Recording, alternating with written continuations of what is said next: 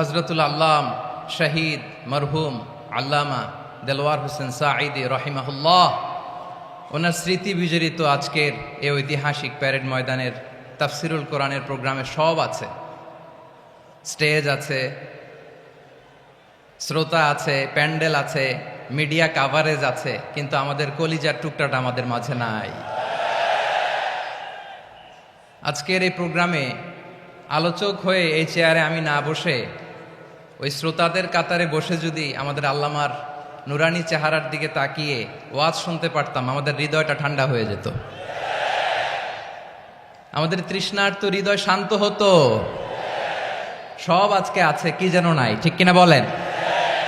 আল্লাহ তাআলা প্রতি 100 বছরে একজন মুজাদ্দিদ পাঠায়, প্রতি 100 বছরে একজন মুজাদ্দিদ, যিনি সমাজকে সংস্কার করেন। আল্লামা দেলওয়ার হোসেন সাঈদী রহিমাহুল্লাহ ছিলেন তেমন একজন মুজাদ্দিদ। চিৎকার করে বলেন ঠিক কিনা? উনি শিরক বিদআতের আস্তানাকে তছনছ করে দিয়েছেন, তাওহীদের বাণীকে সমুন্নত করেছেন, গণমানুষের কাছে তাফসিরুল কোরআনকে জনপ্রিয় করেছেন। আজীবন আজীবন তিনি ইসলামকে বিজয়ী শক্তি হিসেবে দেখার স্বপ্ন দেখতেন। এত প্রাঞ্জল ভাষা, এত চমৎকার আধুনিক প্রেজেন্টেশন, গণমানুষের কাছে কোরআনের তাফসিরকে এভাবে জনপ্রিয় করে তোলার মতো ব্যক্তিত্ব আল্লামা সাঈদী ছাড়া দ্বিতীয় কেউ এই বাংলার ভূখণ্ডে নাই। এই যে তাফসিরুল কোরআন, এই যে টার্মিনোলজি, এই টার্মটাই উনি আসলে জনপ্রিয় করেছেন। আমরা আগে জানতাম না যে এভাবে তাফসির করা যায়, এভাবে scientific indications of the Holi কোরআনকে মানুষের কাছে পেশ করা যায়, এভাবে এত জীবন ঘনিষ্ঠ করে, এত ইন্টারেক্টিভ করে কোরআনের কথাগুলো মানুষের কাছে উপস্থাপন করা যায়। উনি অন্যায়ের বিরুদ্ধে সবসময় সোচ্চার ছিলেন, প্রতিবাদী কণ্ঠস্বর ছিলেন। ওনার আলোচনা শুনলে দেহের রক্ত টকবক করে ফুটতে থাকতো। আল্লাহু আকবার, আল্লাহু আকবার, আল্লাহু আকবার। He was a strong mouthpiece of Islamic revivalism. Islamic জাগরণের স্ট্রং মাউথপিস ছিলেন আল্লামা সাঈদী রাহিমাহুল্লাহ। অনেক দোয়া পেয়েছেন, আমরা পড়েছি, এমন জীবন তুমি করিবে গঠন, মরণে হাসিবে তুমি, কাঁদিবে ভুবন। গোটা বিশ্বকে তিনি কাঁদিয়েছেন।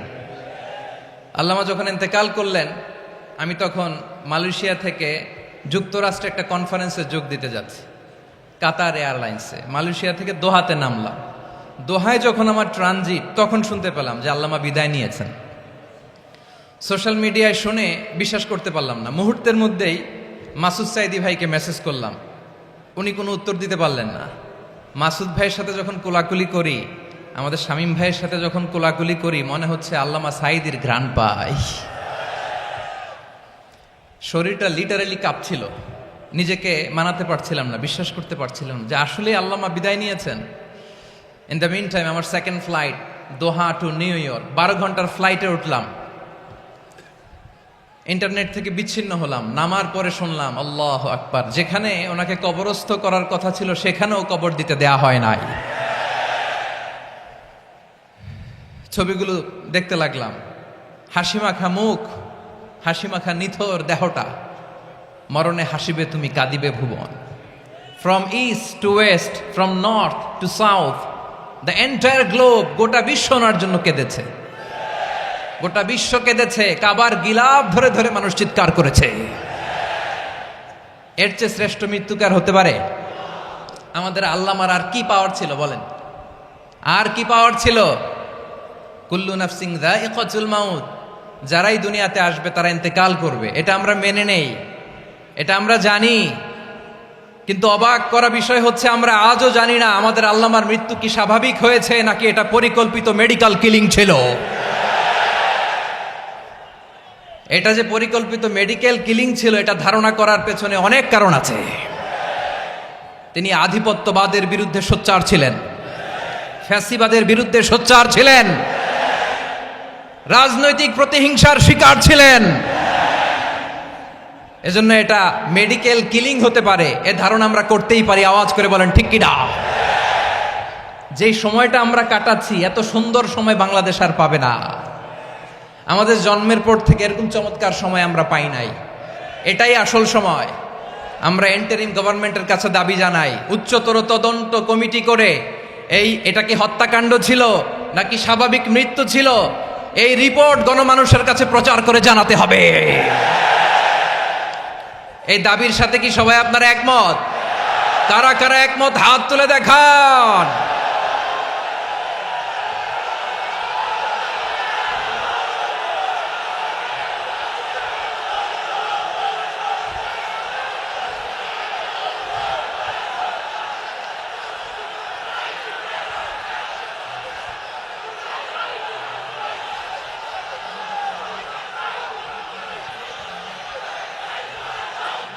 আমার প্রিয় ভাইয়েরা, প্রিয় চট্টলাবাসী, আল্লাহ তাআলা তার এই মুখলেস গোলামকে তার জান্নাতুল ফেরদাউসের মেহমান হিসেবে কবুল করুক, তার জীবনের সকল খেদমাগুলোকে কবুল করুক, জান্নাতুল ফেরদাউসের আলা মাকামে তাকে মেহমান হিসেবে কবুল করুক।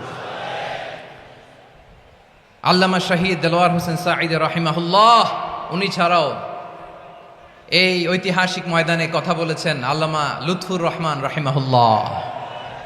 চলে গিয়েছেন আমাদেরকে ছেড়ে। তিনি বলতেন, ইনশাল্লাহ মিজান আবার আসবে।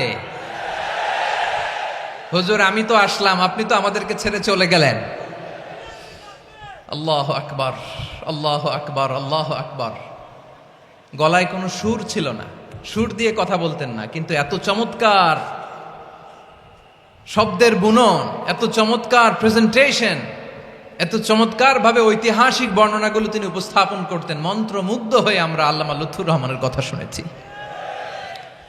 আমরা হযরতুল আল্লাম লুৎফুর রহমান রাহিমাহুল্লাহর জন্য এই বিশাল ময়দান থেকে দোয়া করছি, আল্লাহ তাআলা তুমি তোমার এই খাদেমকে জান্নাতের মেহমান হিসেবে কবুল করে নাও। আরো অনেক আল্লামারা এখানে কথা বলেছেন, বিশেষ করে বাইতুল শরফের মরহুম পীর সাহেব হুজুর থেকে শুরু করে আরো যারা যারা তারকাতুল্য ওলামায়ে কেরাম এই চট্টগ্রামের ময়দানে কথা বলেছেন, আলো ছড়িয়েছেন। আমরা এই লক্ষ লক্ষ তাওহীদি জনতাকে নিয়ে তাদের জন্য দোয়া করছি, আল্লাহ তাআলা ওনাদের জীবনের সকল ভুল ত্রুটি ক্ষমা করে দিয়ে তাদেরকে জান্নাতুল ফেরদাউসের মেহমান বানিয়ে নিক। আমরা এই ঐতিহাসিক প্যারেড ময়দানের প্রোগ্রাম থেকে স্মরণ করতে চাই 24-এর ছাত্র নাগরিক অভ্যুত্থানে আমার যে সমস্ত ছাত্র নাগরিক ভাইয়েরা দেহের তাজা রক্ত বিলি দিয়ে নতুন বাংলাদেশ আমাদেরকে উপহার দিয়েছে। বিশেষ করে আপনাদের এই চট্টগ্রামের শহীদ ফয়সাল, শহীদ ওয়াসিম সহ সকল শহীদকে আল্লাহ তাআলা কবুল করুক। আমরা সবাই পড়ি আমিন। প্রিয় ভাইয়েরা, আমি নগণ্য একজন কোরআনের ছাত্র, এত বিশাল মঞ্চে এত বড় প্ল্যাটফর্মে কথা বলা আমার জন্য সাজে না। তারপরও আমাদের মুরব্বীরা আমাদের ডানে বায়ে বসে আছেন, ওনাদের আদেশ ক্রমে, ওনাদের অনুমতি ক্রমে কিছু কথা আজকের এই ঐতিহাসিক প্রোগ্রামে আপনাদের সামনে উপস্থাপন করার চেষ্টা করব। ওমা তৌফিক ইল্লা বিল্লাহ। প্রিয় ভাইয়েরা, 5 দিন ব্যাপী এই তাফসিরুল কোরআনের প্রোগ্রামে অনেক ওলামা হযরত কথা বলেছেন। যারা কোরআন সুন্নাহ থেকে আমাদেরকে কোরআনের কথাগুলো শোনালেন, আমরা যেন সেগুলো আমল করতে পারি, আল্লাহ আমাদেরকে তৌফিক দান করুক। শুরুতে আমাদের নিয়তটাকে খালেস করে নেওয়া দরকার। এই যে গ্যাদারিং, এই যে হিউজ শোডাউন, এগুলো যদি আমাদের নিজেদেরকে পরিবর্তন না করে তাহলে এতে কোনো লাভ নাই। জোরে বলেন ঠিক কিনা? এই প্রোগ্রাম যদি আমাদের জীবনকে পরিবর্তন করে, আমাদের চিন্তার ডিএনএ কে চেঞ্জ করে দেয়, তাহলেই চট্টগ্রামের প্যারেড ময়দান সার্থক। আসুন আমরা চিন্তাকে খালেস করে নেই। আমরা সবাই নিয়ত করি যে যতটুকু কথা আমরা কোরআনের আলোকে শুনবো, আমলের নিয়তে শুনবো ইনশাআল্লাহ। বলেন সবাই। আপনারা সবাই ঠিকঠাক আছেন তো? কখন আসছেন আপনারা? সবাই আসছেন কখন? সকালে, কেউ দুপুরে, 9টায়, আল্লাহ আল্লাহ আল্লাহ। দুপুরের খাবার খাওয়ার সুযোগ হয়েছিল? খান নাই? রোজা রাখছেন? আহা, আমি কি দিয়ে বিদায় দেব আমার এই ভাইগুলোরে? আল্লাহ তুমি আমার ভাইগুলোরে কবুল করো। ইসলামের পক্ষের এই গণজোয়ারকে আগামীর বাংলাদেশের ইসলামের জন্য তুমি কবুল করো। যেই ভালোবাসা ইসলামের জন্য হয়, যেই গণজোয়ার কোরআনের জন্য হয়, পৃথিবীর কোনো শক্তি দিয়ে সেটাকে আটকানো যায় না। জোরে বলেন ঠিক কিনা? এজন্য গ্রাজুয়ালি, সিস্টেম্যাটিক্যালি, মেথোডোলজিক্যালি আমাদেরকে আগাতে হবে, শুধু আবেগ দিয়ে নয়। বিবেকেরও দরকার আছে না নাই? প্রিয় ভাইয়েরা, আসুন, আমাদের কথা অনেক বেশি, সময় অনেক কম।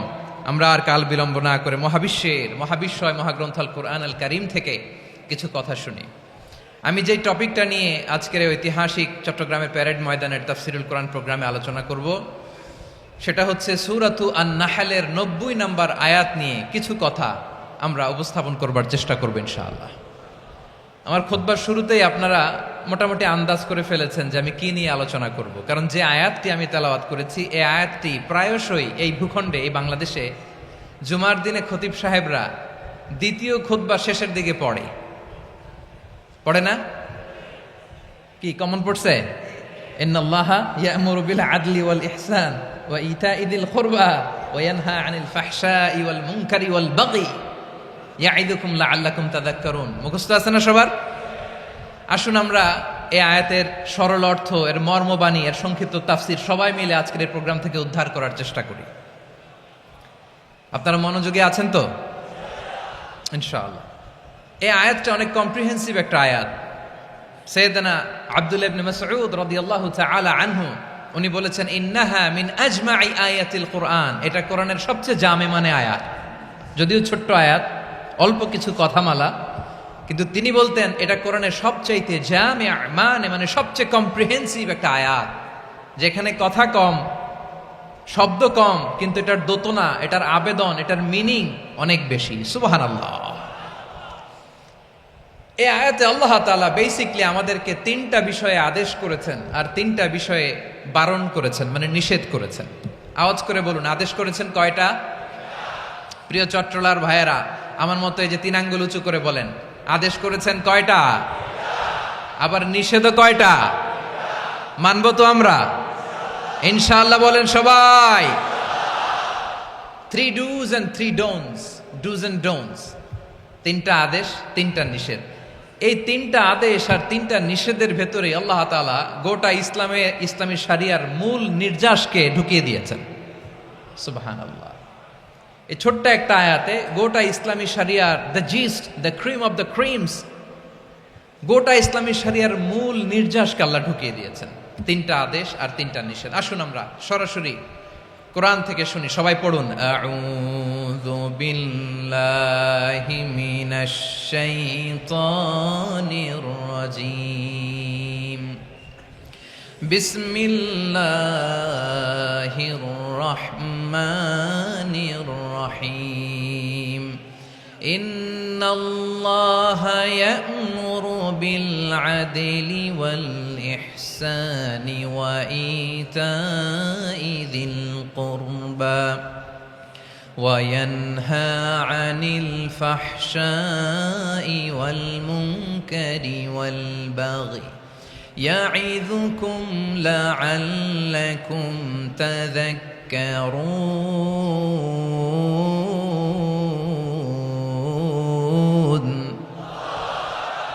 আল্লাহ তাআলা ইরশাদ করছেন, ইন্নাল্লাহা ইয়া'মুরু বিল আদলি ওয়াল ইহসান। নিশ্চয় আল্লাহ তাআলা তোমাদেরকে ন্যায় বিচারের আদেশ দেন, সদাচরণের আদেশ দেন, নিকটাত্মীয়দেরকে দানের আদেশ দেন। আদেশ কয়টা?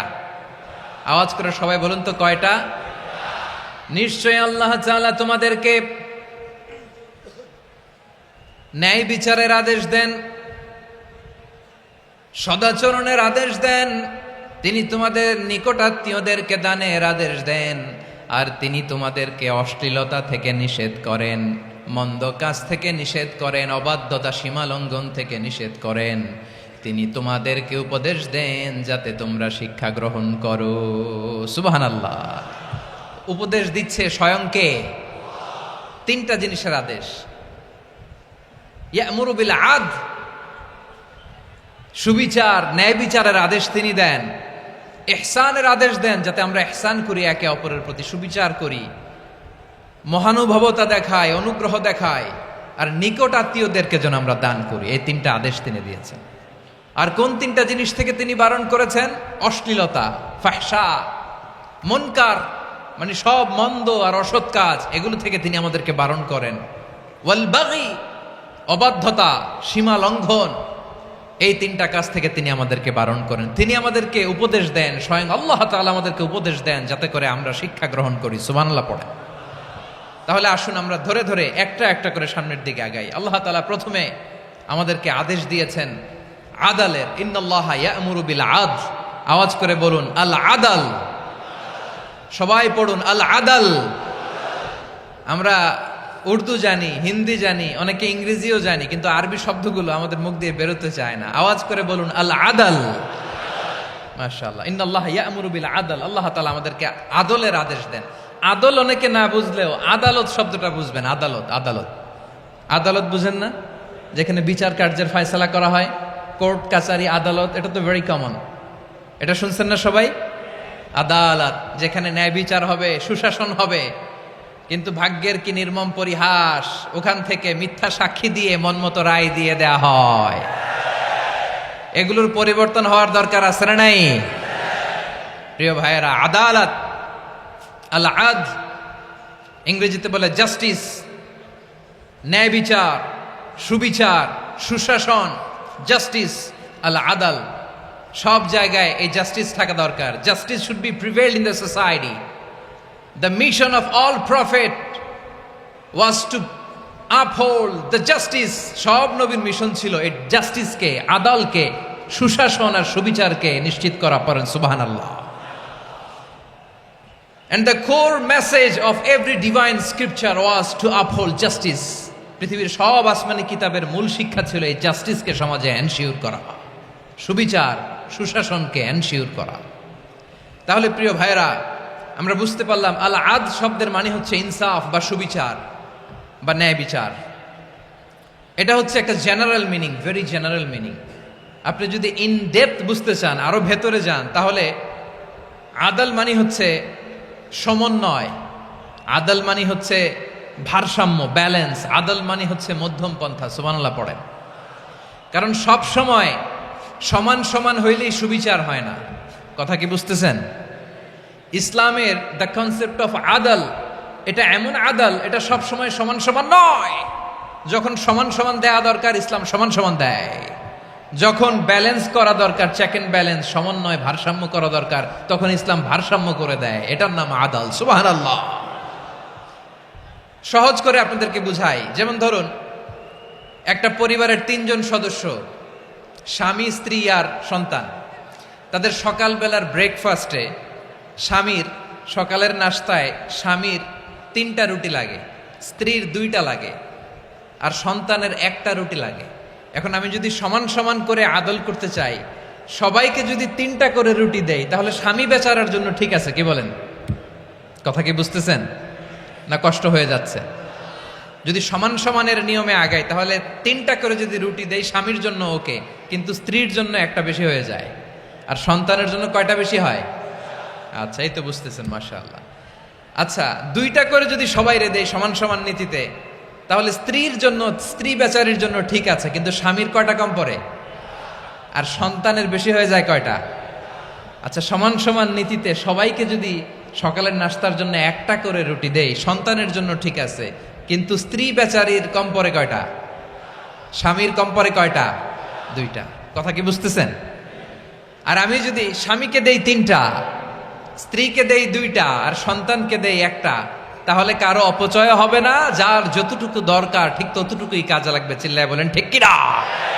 এটাই হচ্ছে ইসলামের আদাল, যেখানে যার যতটুকু দরকার তাকে সেখানে ঠিক ততটুকু দিয়ে দেওয়ার নামই হচ্ছে আদাল। চিল্লায় পড়েন আল্লাহু আকবার।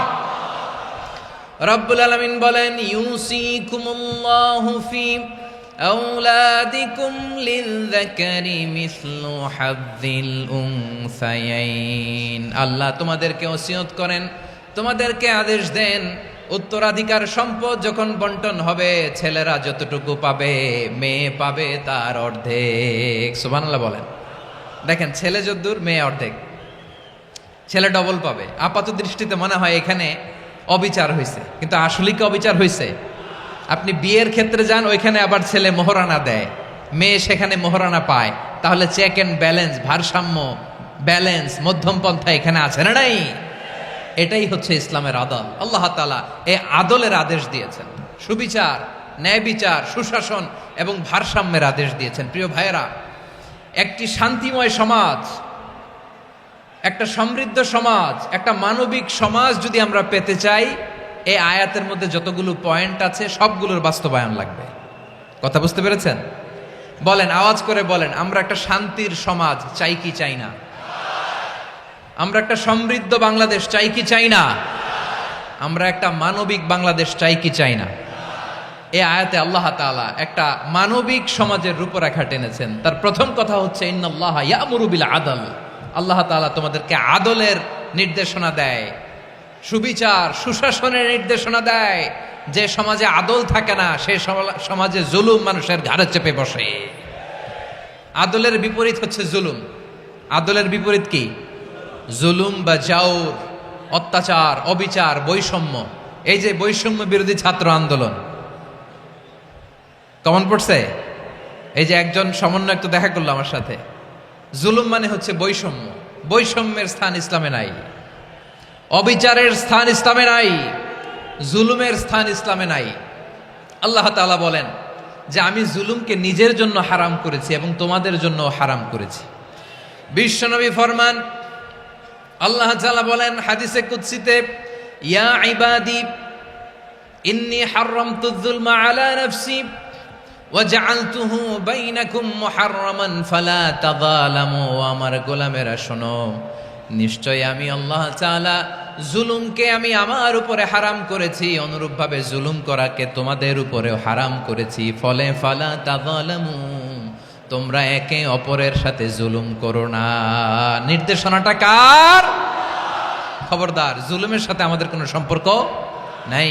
আল্লাহ তাআলা আদলের আদেশ দিয়েছেন, আদালতের আদেশ দিয়েছেন, সুশাসনের, ন্যায় বিচারের আদেশ দিয়েছেন। ইন্নাল্লাহা ইয়ামুরু বিল আদল, আমাদেরকে আদল প্রতিষ্ঠা করতে হবে। জুলুমের সাথে ইসলামের কোনো সম্পর্ক নাই। আল্লাহ তাআলা জালিমদের জন্য কঠিন শাস্তি প্রস্তুত করে রেখেছেন। যারা এই আদলকে ভুলুণ্ঠিত, কখন রাত কিচ্ছু জানে না, কখন দিন কখন রাত কিছু জানে না, বছরের পর বছর কেটে গিয়েছে। এক্সট্রা জুডিশিয়াল কিলিং এর কোনো হিসাব নাই, বিচার বহির্ভূত হত্যা, এনফোর্স ডিসঅ্যাপিয়ারেন্স, গুম, যেটা সবচাইতে বড় মানবতা বিরোধী অপরাধ। কত মানুষ যে গুম হয়েছে তার কোনো ইয়ত্তা নাই। যেই ফ্যামিলির সদস্য গুম হয়েছে তারা কি ওই লোকটার জন্য মাগফিরাতের দোয়া করবে নাকি সুস্বাস্থ্যের দোয়া করবে তারা নিজেরাও জানতো না, কারণ জানে না ও বেঁচে আছে না মরে গেছে। আহা, বিডিআর নওজোয়ানদের যারা ছাড়া পেল দেখলাম, বিনা অপরাধে, কোনো অন্যায় ছাড়া, অপরাধ ছাড়া তাদের জীবন থেকে, তাদের তারুণ্যের, তাদের যৌবনের 15 বছর, 16 বছর, 17 বছর নাই। 6 মাস বয়সের ছোট বাচ্চাকে রেখে জেলে গেছে। 6 মাসের মেয়ে বেরোয় দেখে মেয়ের বয়স 17 বছর। মেয়ে বাবারে চিনে না, বাবা মেয়েরে চিনে না। মেয়েকে এখন বিয়ে দিয়ে আরেক ছেলের হাতে তুলে দিবে। মেয়ের শৈশব বাবা দেখে নাই, মেয়ের কৈশোর বাবা দেখে নাই, মেয়ের তারুণ্য দেখে নাই। আরেক যুবককে দেখলাম 14 বছরের 14 দিনের সংসার, 2 সপ্তাহের সংসার শেষে জেলে গেছে।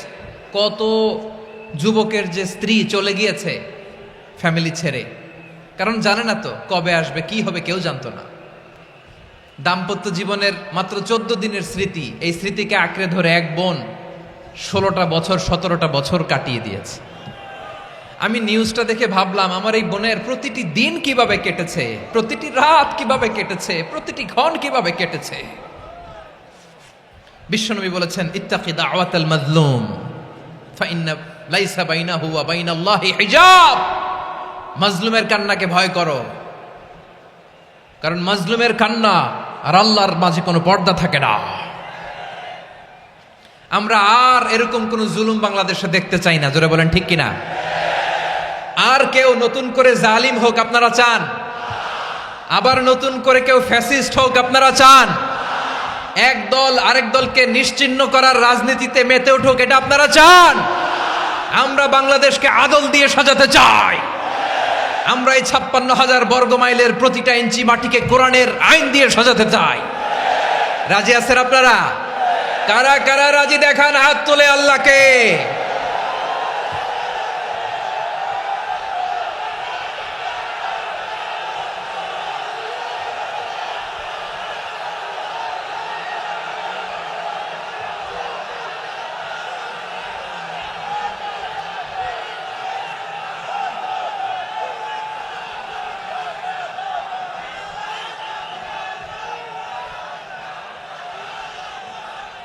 বসুন আমার প্রিয় বীর চট্টলার তৌহিদি মুসলমান, আমরা আর নতুন করে কেউ জালিম হোক এটা চাই না। নতুন করে আবার কেউ ফ্যাসিস্ট হোক আমরা চাই না। এক দল আরেক দলকে নিশ্চিহ্ন করার রাজনীতি করুক আমরা চাই না। আমরা সুশাসনের বাংলাদেশ চাই। আমরা মানবিক বাংলাদেশ চাই। আমরা একটা সমৃদ্ধ বাংলাদেশ চাই। আমরা বিশ্বের বুকে সম্মান নিয়ে মাথা উঁচু করে দাঁড়াতে চাই, ঠিক কিনা বলেন? আল্লাহ বললেন, এটা যদি তোমরা চাও, একটা সমৃদ্ধ সমাজ যদি বিনির্মাণ করতে চাও, মানবিক সমাজ যদি বিনির্মাণ করতে চাও, আমি তোমাদেরকে সেজন্য প্রথমে আদালতের নির্দেশ দিলাম। ইন্নাল্লাহা ইয়া'মুরু বিল আদল, নিশ্চয় আল্লাহ তাআলা তোমাদেরকে ন্যায় বিচার সুশাসন এটার আদেশ দেন। সুবহানাল্লাহ।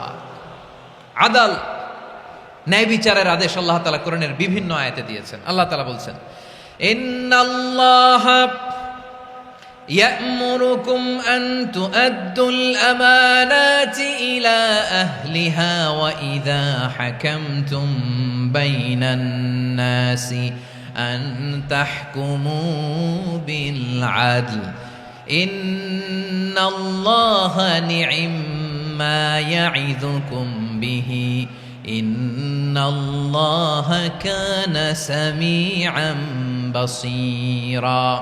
আল্লাহ তাআলা বললেন, আল্লাহ আদেশ দিচ্ছেন, যে ব্যক্তি আমানতের হকদার তার হাতে তোমরা আমানত পৌঁছে দাও। আর যখন তোমরা বিচার কার্য করবে, বিচার ফয়সালা করবে, আদালতের সাথে করো। সুবহানাল্লাহ বলেন। ওয়া ইযা হাকামতুম বাইনান নাসি আন তাহকুমু বিল আদল, আদালতের সাথে করবা। আল্লাহ তাআলা বলেন, যারা জাজ হবে, বিচারক হবে, তাদের যদি বাদী বিবাদীর কারো সাথে শত্রুতা থাকে, কারো সাথে যদি কোনো ধরনের রেষারেষি থাকে, আল্লাহ বলেন বিচার কার্য করতে যে ওই শত্রুতা রেষারেষির কারণে আদালতের বাইরে যে অবিচার করে বিচার করো না। ওয়ালা ইয়াজরিমান্নাকুম শানাআনু কওমিন আলা আল্লা তা'দিলু ই'দিলু হুয়া আকরাবু লিত্তাকওয়া ওয়াত্তাকুল্লাহা ইন্নাল্লাহা খাবীরুম বিমা তা'মালুন। খবরদার কোন জাতির প্রতি, কোন গোষ্ঠীর প্রতি, কোন গোত্রের প্রতি আক্রোশ যেন তোমাদেরকে ন্যায় বিচার থেকে দূরে সরিয়ে না দেয়, বরং আমি আল্লাহর আদেশ হলো ই'দিলু, তোমরা আদল করো, ন্যায় বিচার করো, সুবিচার করো, সুশাসন প্রতিষ্ঠা করো। হুয়া আকরাবু লিত্তাকওয়া, এটাই তাকওয়ার সবচেয়ে কাছাকাছি। সুবহানাল্লাহ বলেন।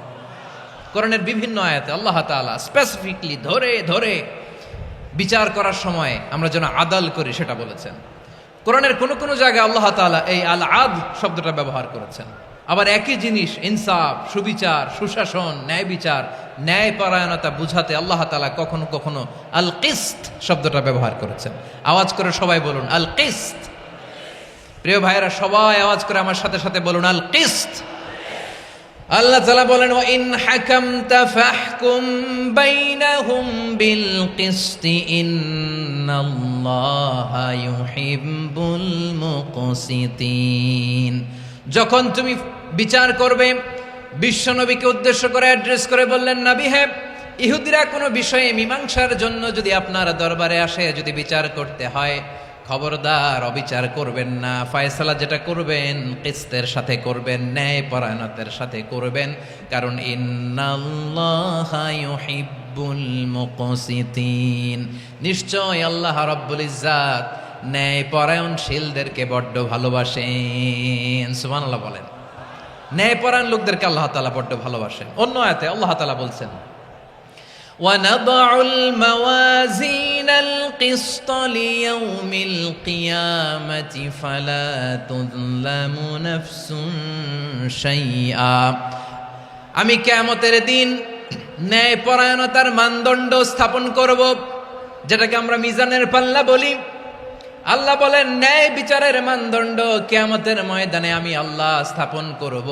সেদিন কারো প্রতি বিন্দু পরিমাণ, এক চুল পরিমাণ অবিচার করা হবে না, কোনো অবিচার করা হবে না। সেদিন সুশাসন হবে, সুবিচার হবে, ন্যায় পরায়ণতার সাথে বিচার হবে। আওয়াজ করে পড়েন আল্লাহু আকবার।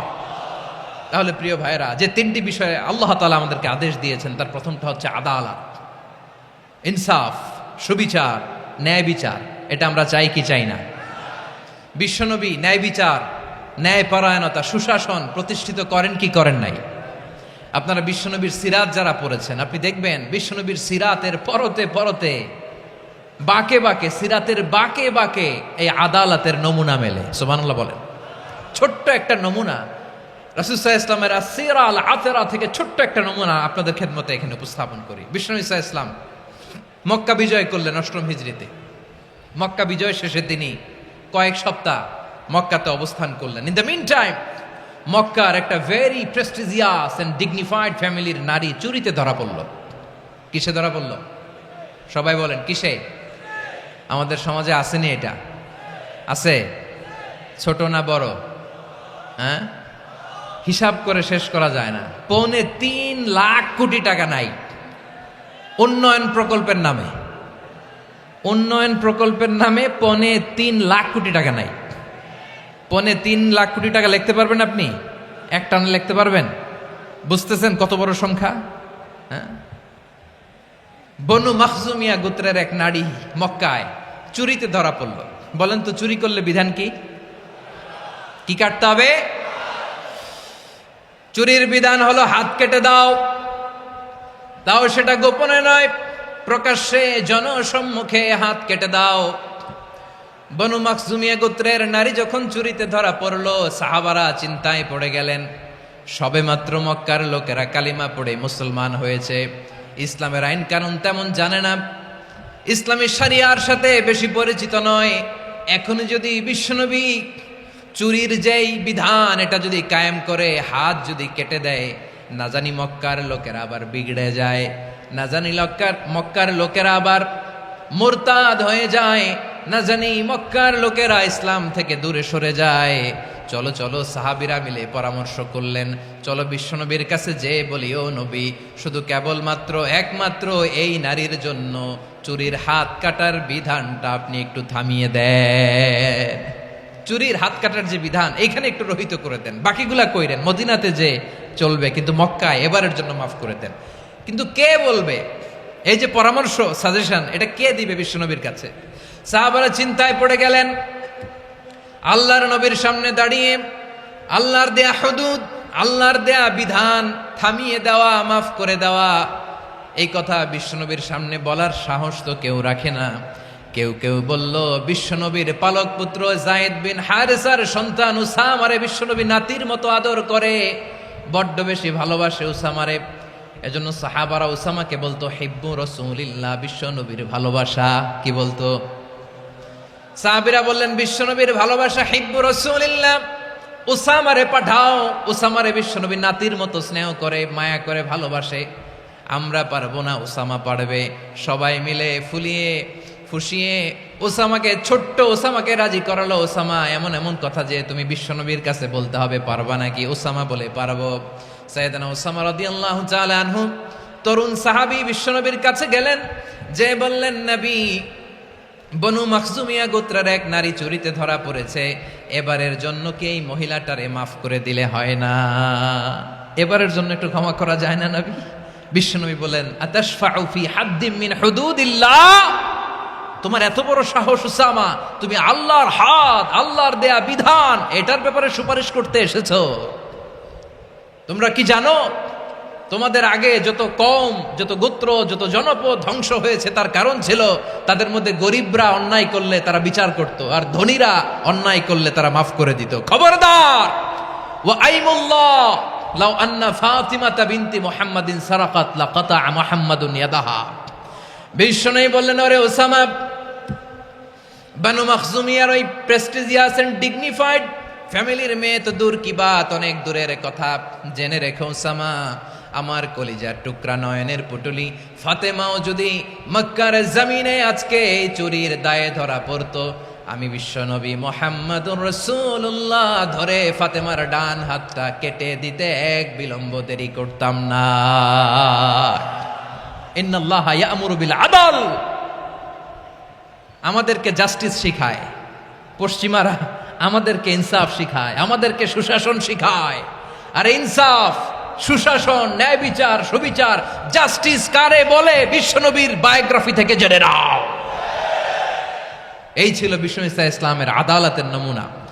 আপনি যদি সাইয়েদনা ওমর ফারুকের জীবনের দিকে তাকান,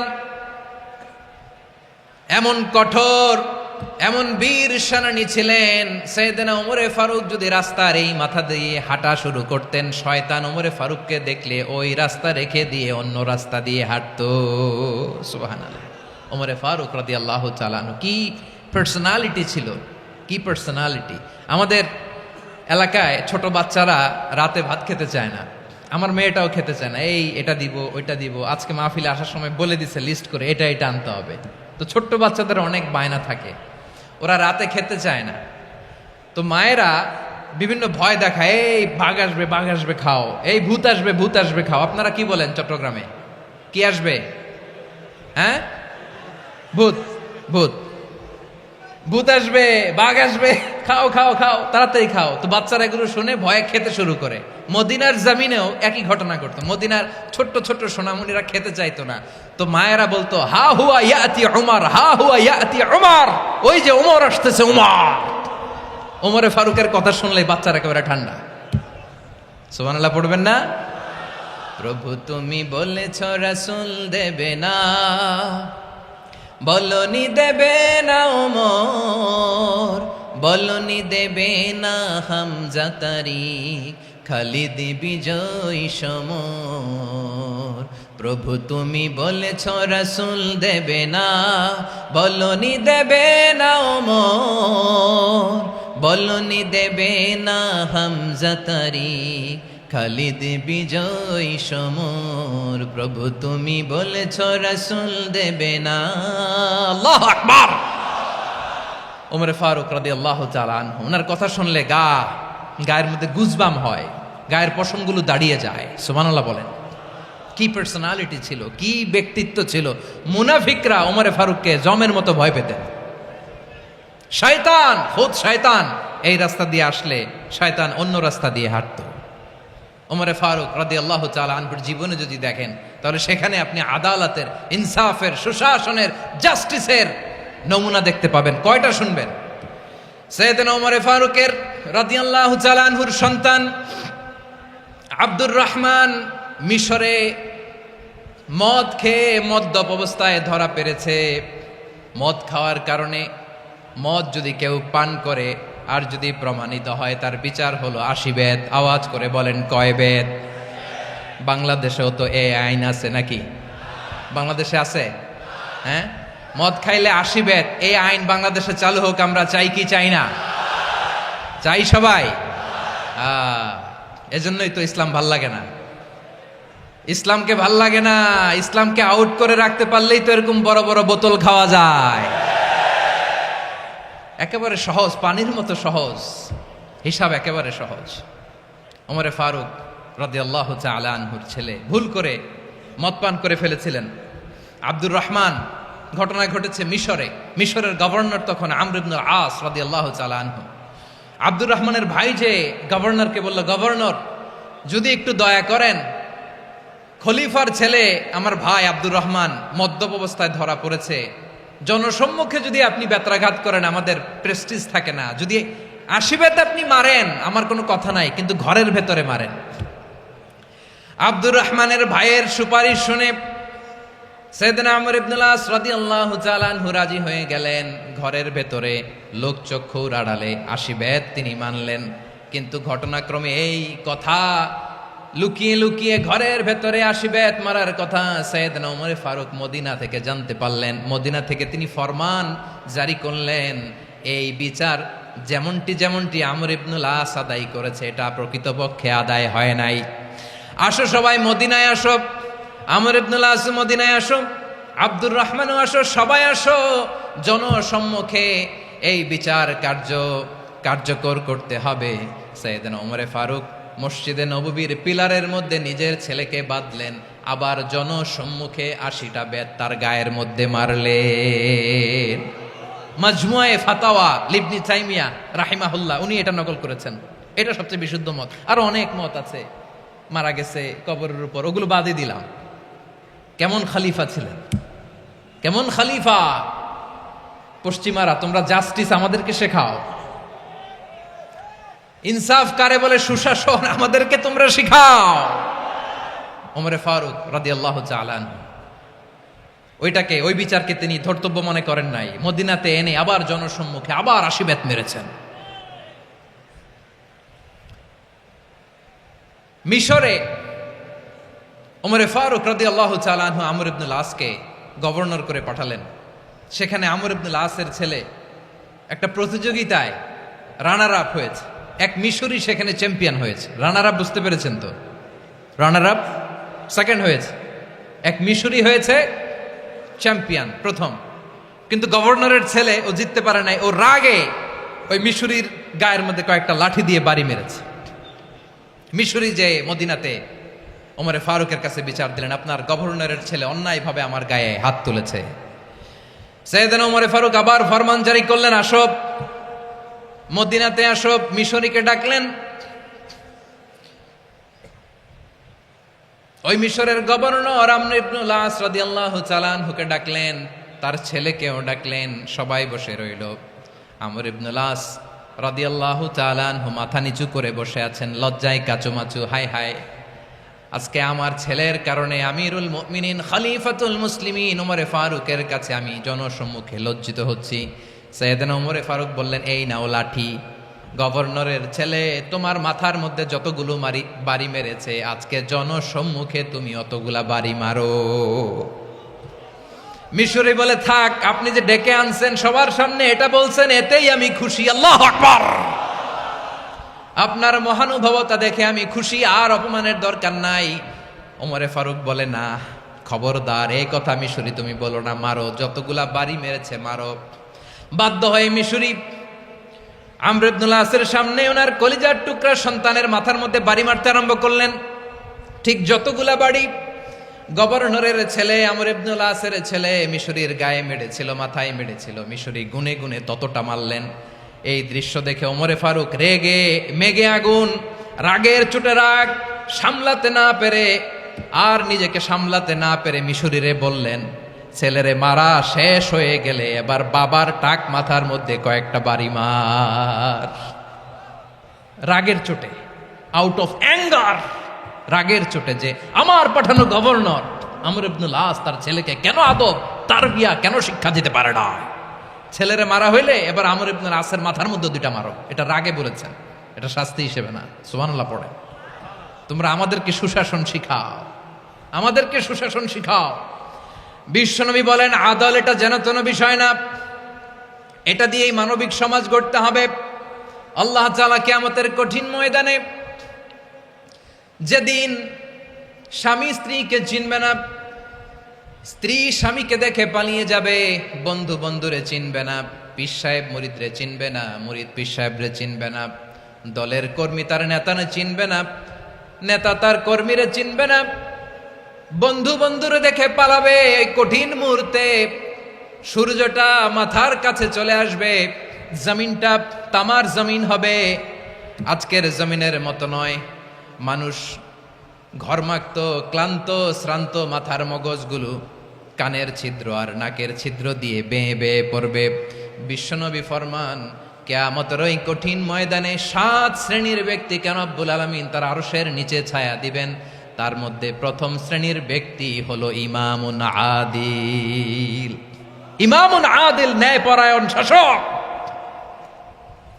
যে ইনসাফের সাথে বিচার করে, যে জাস্টিস সমাজে সার্ভ করে, যে সুশাসন নিশ্চিত করে, ওই ইমামুন আদিল। আদিল শব্দটা বুঝছেন না? ইন্নাল্লাহা ইয়া'মুরু বিল আদল, পাইছেন? আদিল। 7 শ্রেণীর ব্যক্তিকে আল্লাহ তাআলা সুশীতল আরশের নিচে ছায়া দিবেন, যেদিন তার দেয়া ছায়া ছাড়া কোনো ছায়া থাকবে না। এর প্রথম হচ্ছে ইমামুন আদিল, ন্যায়পরায়ণ শাসক। চিল্লায় বলেন সুবহানাল্লাহ।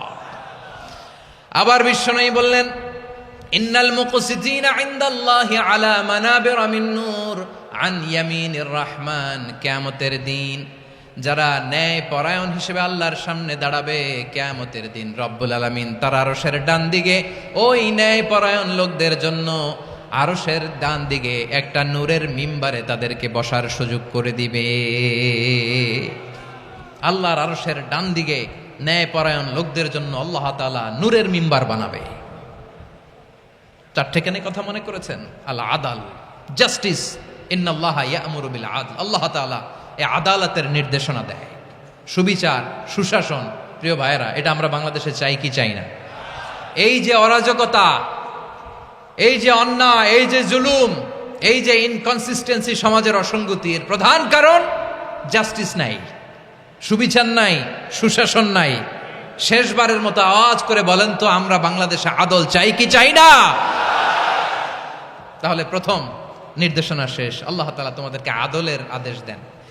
এরপরে আল্লাহ বললেন, আমি তোমাদেরকে ইহসানের আদেশ দেই। ইন্নাল্লাহা ইয়া'মুরু বিল আদলি ওয়াল ইহসান। আমি তোমাদেরকে যেমনি আদলের নির্দেশনা দেই, তেমনি ভাবে তোমাদেরকে ইহসানের নির্দেশনা দেই। ইহসান, আওয়াজ করে সবাই বলেন তো ইহসান। সবাই বলেননি, সবাই বললে এতটুকু আওয়াজ হবে আমি বিশ্বাস করি না। আওয়াজ করে বলুন আল ইহসান। ইহসান মানে কারো প্রতি সফট হার্টেড হওয়া, মহানুভব হওয়া, অনুগ্রহ পরায়ণ হওয়া, অনুগ্রহশীল হওয়া, একে অপরের প্রতি দয়াদ্র হওয়া। একে অপরের প্রতি দয়াদ্র, অনুগ্রহশীল হওয়া ছাড়া মানবিক সমাজ কশিনকালেও গঠন করা সম্ভব না। প্রিয় ভাইয়েরা, সুন্দর আচরণ দিয়ে, ইহসান দিয়ে যা জয় করা যায়, নরম আচরণ দিয়ে যেটা অর্জন করা যায়, কঠোরতা দিয়ে সেটা পারা যায় না। বিষ্ণু ঈসা ইসলাম ইহসান দিয়ে, কোমল আচরণ দিয়ে, তার অনুগ্রহ দিয়ে তিনি অনেক কাফিরের হৃদয়কে জয় করে ফেলেছেন। সাইয়েদনা সুমামা ইবনে উসাল রাদিয়াল্লাহু তাআলা আনহুর কথা মনে পড়ে যায়। তিনি ছিলেন ইয়ামামার বাদশা। মদিনাতে বিশ্বনবীকে হত্যা করার নিয়তে এসেছিলেন। গোপনে গোপনে বিশ্বনবীকে হত্যা করে আবার ইয়ামামাতে তিনি ফিরে যাবেন। কিন্তু কি অবাক করা কাণ্ড, হত্যা করতে পারে নাই, সাহাবাদের হাতে তিনি ধরা পড়ে গেলেন।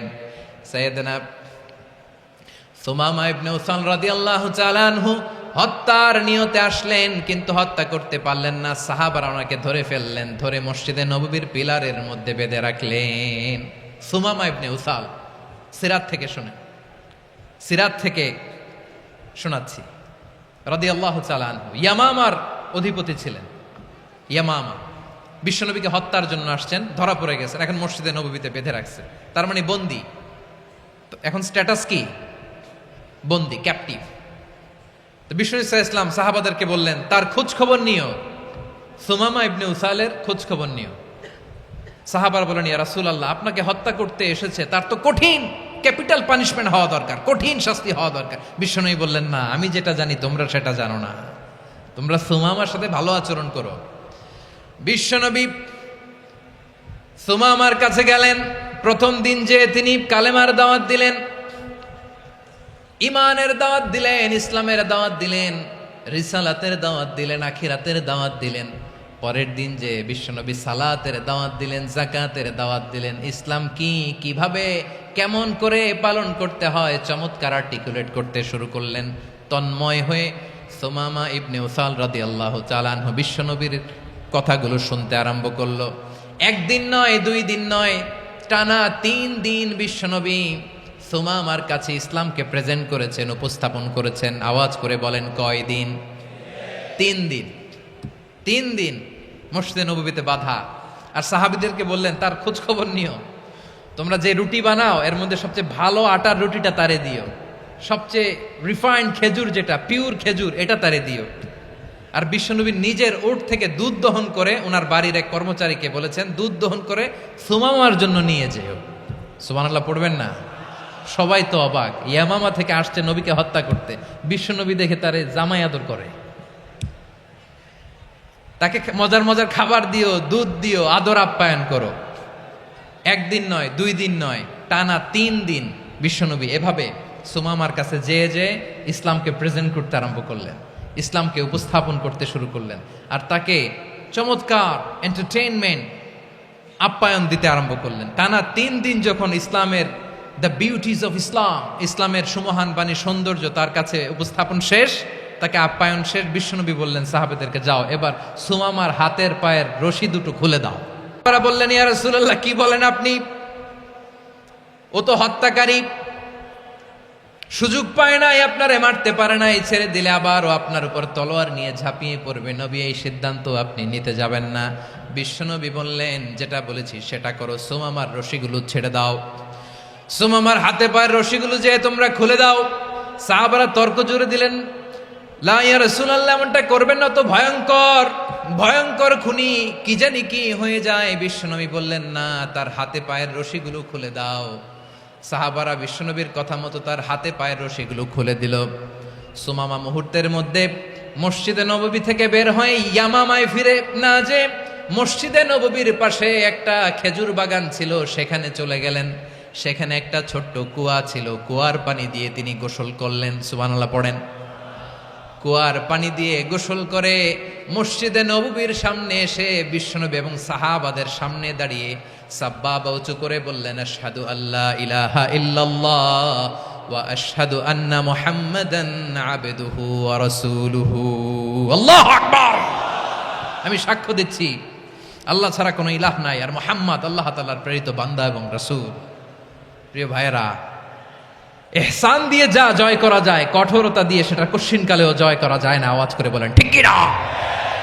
এবার সুমামা দাঁড়িয়ে বলে ওগো নবী, আমি তো কালিমা পড়ে মুসলমান হয়ে গেলাম, এবার শোনেন, এই মুহূর্তের আগে আপনার চেহারার চাইতে নিকৃষ্ট কোনো চেহারা আমার কাছে ছিল না, কিন্তু শাহাদা পাঠ করার পরে আপনার চেহারার চাইতে উত্তম শ্রেষ্ঠ কোনো চেহারা আমার কাছে আর নাই।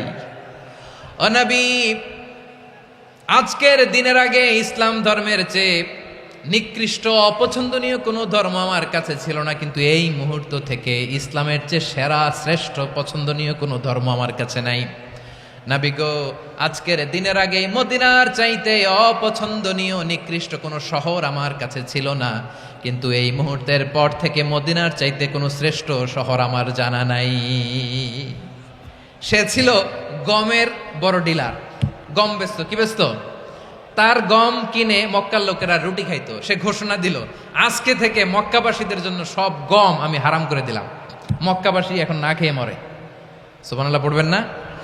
মক্কাবাসী বিশ্বনবীর কাছে আসলেন, এসে বললেন মুহাম্মদ, আমরা তো তোমার ভাই, তোমার চাচা, তোমার ভাতিজা, তোমার আত্মীয়, তুমি সুমামারে বলো সে যেন আবার গমের সাপ্লাই মক্কার জন্য অনুমতি দিয়ে দেয়। বিশ্বনবীর অনুমতি ক্রমে সুমামা আবার মক্কাতে গম পাঠাতে শুরু করলো। পড়েন সুবহানাল্লাহ।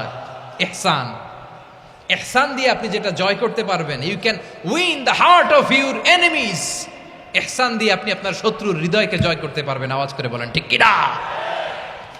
এজন্য আল্লাহ বললেন ওয়া আনফিকু ফি সাবিলিল্লাহি ওয়া লা তুলকু বিআইদিকুম ইলাত তাহলুকা ওয়া আহসিনু ইন্নাল্লাহা ইউহিব্বুল মুহসিনিন। তোমরা আল্লাহর রাস্তায় দান করবে আর নিজেরা নিজেদেরকে ধ্বংসের হাতে ঠেলে দিও না। তোমরা একে অপরের প্রতি ইহসান করবে, কারণ ইহসানকারীদেরকে আল্লাহ বড্ড ভালোবাসেন। সুবহানাল্লাহ পড়েন। আবার সূরা রহমানে আল্লাহ বললেন হাল জাযাউল ইহসানি ইল্লাল ইহসান ফাবিআইয়ি আলা, সবাই পড়েন ফাবিআইয়ি আলাই রাব্বিকুমা তুকাযযিবান। ইহসানের প্রতিদান হিসেবে ইহসানি হয়। বিশ্বনবী সুমামার প্রতি যেমন ইহসান করেছেন, সুমামাও ঠিক তেমন ইহসান ফিরিয়ে দিয়েছে। ঠিক কিনা বলেন? তাহলে 1 নম্বরে হচ্ছে আদ, ন্যায় বিচার। 2 নম্বরে সবাই বলেন ইহসান, সদাচরণ। ইহসান 2 ধরনের প্রিয় ভাইরা, ইহসান ফিল ইবাদা, ইহসান ফিল মুআমালা। ইহসান ফিল ইবাদা হচ্ছে একাগ্র অনুভবে ইবাদতে ডুব দেওয়া, এর নাম ইবাদতের ইহসান। সুবহানাল্লাহ পড়ে। বিশ্বনবী বলেন ইহসান মানে কি জানো নাকি? হাদিসে জিবরিলে সাইয়েদনা জিবরিল আলাইহিস সালাম বিশ্বনবীকে বললেন আখবিরনি আনিল ইহসান। নবী আমাদেরকে বলেন ইহসান মানে কি?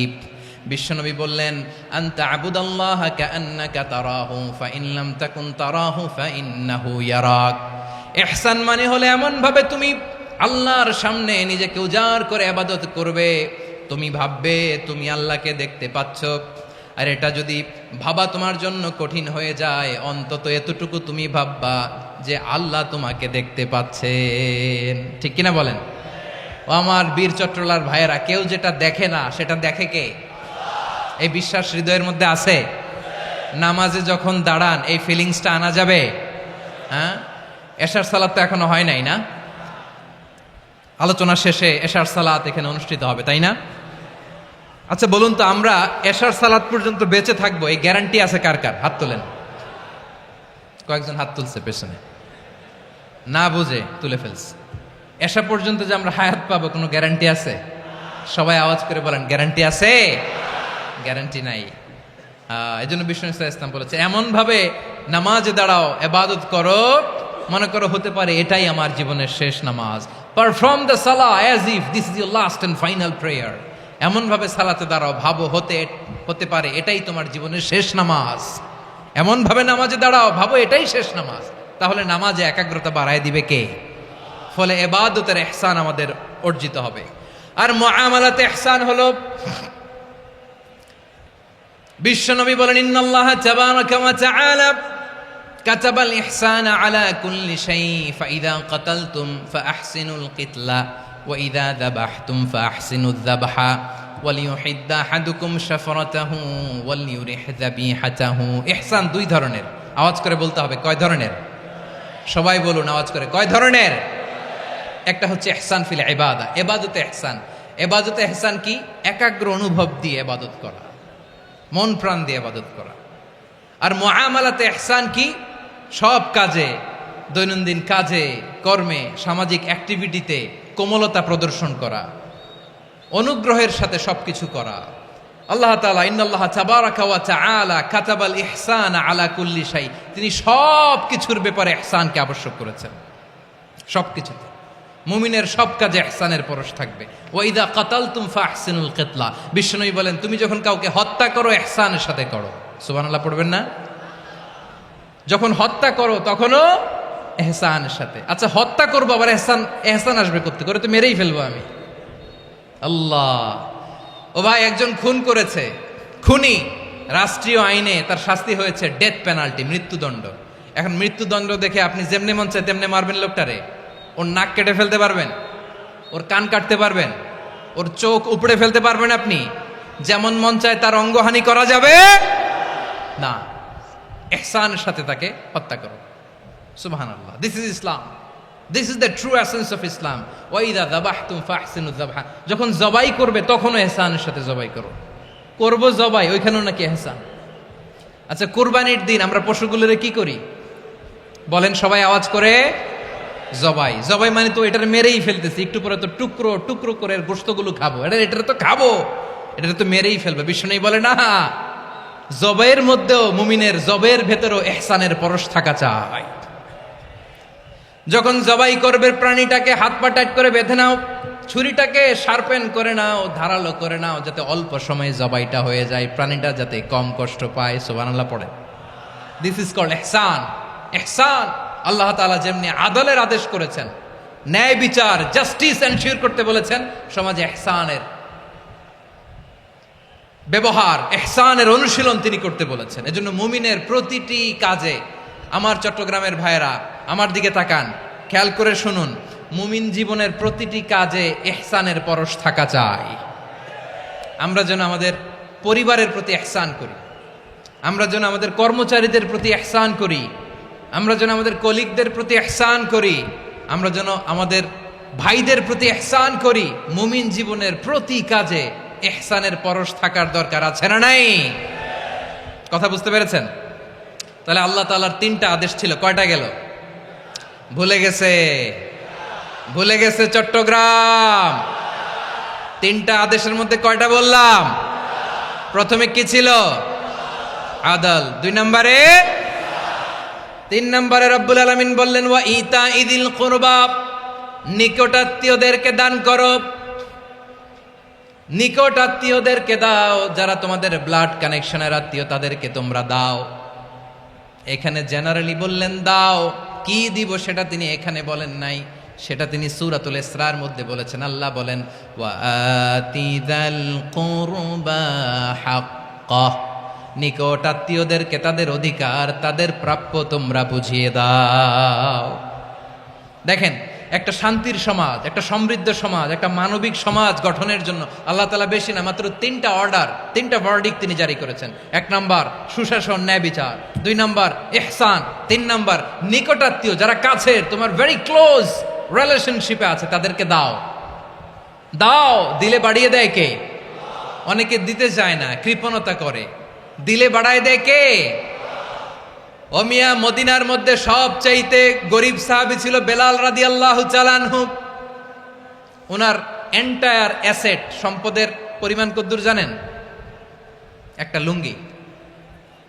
বেলাল রাদিয়াল্লাহু তাআলা আনহু, ওনার টোটাল ওয়েলথের এস্টিমেশন হচ্ছে মাত্র একটা লুঙ্গি। একটা লুঙ্গি, টোটাল ওয়েলথ এস্টিমেশন, টোটাল সম্পদের পরিমাণ বেলাল রাদিয়াল্লাহু তাআলা আনহুর কি ছিল? কথা বোঝে নাই বোধহয়, কি ছিল? ওই বেলাল রাদিয়াল্লাহু তাআলা আনহুকে বিষ্ণু ইসলাম বলেছেন আনফিক ইয়া বেলাল, ও বেলাল তুমিও দাও। ওয়ালা তাখশা মিন যিল আরশি ইখলালা, আরশের অধিপতির তো কোনো ঘাটতি নাই, তুমি দিলে ওই আল্লাহ তোমারে বাড়ায় দিবে। এজন্য আমার প্রিয় ভাইয়েরা, দিলে কমে না, দিলে বাড়ে। অনেকে ধরে রাখে, নতুন কিছু নিতে পারে না, হাত দিয়ে যেটা ধরে রেখেছেন এটা দিয়ে দেন, বড় একটা ধরার সুযোগ পাবেন। জোরে বলেন ঠিক কিনা? ধরেন 5 কেজি ওজনের একটা ধরে রাখছেন, এখন 10, এটা না ছাড়লে 10 কেজি ধরতে পারবেন আপনি? আচ্ছা, 10 কেজির জিনিস একটা আছে হাতে, ওইটা যদি ছেড়ে দেন তাইলেই না 15 কেজি ধরতে পারবেন। কথা বলেন ঠিক কিনা? তাহলে দিলে বাড়িয়ে দেয় কে? রব্বুল আলামিন বললেন 3 নাম্বার আদেশ হলো তোমাদের প্রতি সমাজটারে কেমন করে মানবিক সমাজ, সুন্দর সমাজ গড়বা। 3 নাম্বার আদেশ হলো ওয়া আতিদাল কুরবা হাক্কা, নিকটাত্মীয়দেরকে তাদের প্রাপ্য বুঝিয়ে দাও। এই নিকটাত্মীয়দেরকে তাদের অধিকার বুঝিয়ে দেওয়া, প্রাপ্য বুঝিয়ে দেওয়াতে আমাদের গাফলতি আছে না নাই? চট্টগ্রামে নাই? মাশাআল্লাহ আছে, আছে। অনেকে দেখবেন অনেক আল্লাহওয়ালা, তাহাজ্জুদ গুজার, সেজদা দিতে দিতে কপালে কালো দাগ ফেলে দিছে, সে তার বোনের হকটা আদায় করে নাই। আছে না নাই? হ্যাঁ, এখানেও আছে। সর্বনাশ। অনেক বড় হাজী সাহেব, বিশাল লম্বা দাড়ি, ছেলেরে সব দিয়ে দিছে, মেয়েরে কিছু দেয় নাই, মেয়ের হক আদায় করে নাই। আছে না নাই? এই হাজী সাহেবেরা, এই আল্লাহওয়ালারা কিয়ামতের ময়দানে আটকে যাবে। আপনি অন্যের অধিকার নষ্ট করেছেন, তাদের রাইটসকে ভায়োলেট করেছেন। এজন্য আল্লাহ তাআলা বলেন, কারো অধিকার যদি কেউ নষ্ট করে, ওই সমাজটা মানবিক সমাজ কঠিনকালেও হতে পারে না। এজন্য 3 নম্বর আল্লাহ বললেন ওয়া ইতা ইদিল কুরবা, নিকটাত্মীয়দেরকে দাও। কি দিবা? তাদের অধিকার দিয়ে দাও। বোনের অধিকার বুঝিয়ে দাও, মেয়ের অধিকার বুঝিয়ে দাও, ফুফুর অধিকার বুঝিয়ে দাও। দেখবেন অনেক মায়েরা ছেলের পাতে মুরগির রান দেয়, মেয়ের পাতে দেয় মুরগির ঠ্যাং। এরকম আছে না নাই? ছেলেরা কি দেয়? মুরগির। মেয়ের পাতে কি দেয়? তো মেয়ের কি মুরগির রান খেতে মনে চায় না? মনে চায় না? এমনটা করা যাবে না। নিকটাত্মীয়দেরকে অধিকার দিয়ে দাও, নিকটাত্মীয়ের সাথে সুসম্পর্ক রাখো। আদেশটা কার? এজন্য প্রিয় ভাইয়েরা, জীবনে যদি বারাকা অর্জন করতে চান, নিকটাত্মীয়দের সাথে সুসম্পর্ক রাখতে হবে, তাদের জন্য উপহার পাঠাতে হবে। বিশ্বনবী বলেন লা ইয়াদখুলুল জান্নাতা কাতে, যে ব্যক্তি আত্মীয়তার সম্পর্ককে ছিন্ন করে দেয়, সে কশিন কালেও আল্লাহর জান্নাতে ঢুকবে না। আপনি কি এটারে সহজ হাদিস মনে করছেন? এটা সহজ কথা? আপনি ভাবছেন আপনার নামাজ আপনারে বাঁচাতে পারবে, আপনার রোজা বাঁচাতে পারবে, আপনার তাহাজ্জুদ আপনারে বাঁচাতে পারবে? আপনি অধিকার নষ্ট করলে কিছুই আপনারে বাঁচাতে পারবে না। এজন্য নিকট আত্মীয়দেরকে দিতে হবে বেশি বেশি। বিশ্বনবী বলেন, ইন্না সাদাকাতা আলাল মিসকিনি সাদাকা ওয়া আলা যির রাহিমি ইসনাতান সাদাকাতুন ওয়া সিলা। মিসকিন রে দান করলে শুধু দানের সওয়াব হয়, নিকট আত্মীয়কে দান করলে দুইটার সওয়াব হয়, সাদাকার সওয়াব হয়, আবার আত্মীয়তার বন্ধন অটুট রাখার সওয়াব হয়ে যায়। আবার বিশ্বনবী বললেন, মান সাররাহু আইয়ুবসাতা লাহু ফি রিজকিহি ওয়া ইউনসা লাহু ফি আসারিহি ফালইয়াসিল রাহিমা। যে ব্যক্তি তার রিজিকের প্রশস্ততা চায় আর হায়াতে বরকত চায়, সে যেন তার আত্মীয়ের সাথে সুসম্পর্ক রাখে। আমার প্রিয় চট্টলার ভাইয়েরা, আমাদের রিজিক বাড়ুক, এটা আমরা চাই কি চাই না? সবাই চান? হ্যাঁ, আমাদের রিজিকে প্রশস্ততা আসুক, চাই কি চাই না? আমাদের হায়াতে বরকত আসুক, আমরা চাই কি চাই না? এই দুইটা যদি চান তাহলে নিকট আত্মীয়দের সাথে সুসম্পর্ক রাখবেন, পারবেন? তাহলে সমাজটারে মানবিক সমাজ বানায় দিবে কে? তিনটা আদেশ চলে গেল। কয়টা? আওয়াজ করে বলেন। 1 নম্বরে কি ছিল? 2 নম্বরে, 3 নম্বরে নিকট আত্মীয়দেরকে দান। আপনাদেরকে আরো শোনার আগ্রহ আছে? আপনাদের মনোযোগ আছে না গেছে? কষ্ট হচ্ছে না? মাশাআল্লাহ, মাশাআল্লাহ। তাকবীর পড়ুন, লিল্লাহে তাকবীর।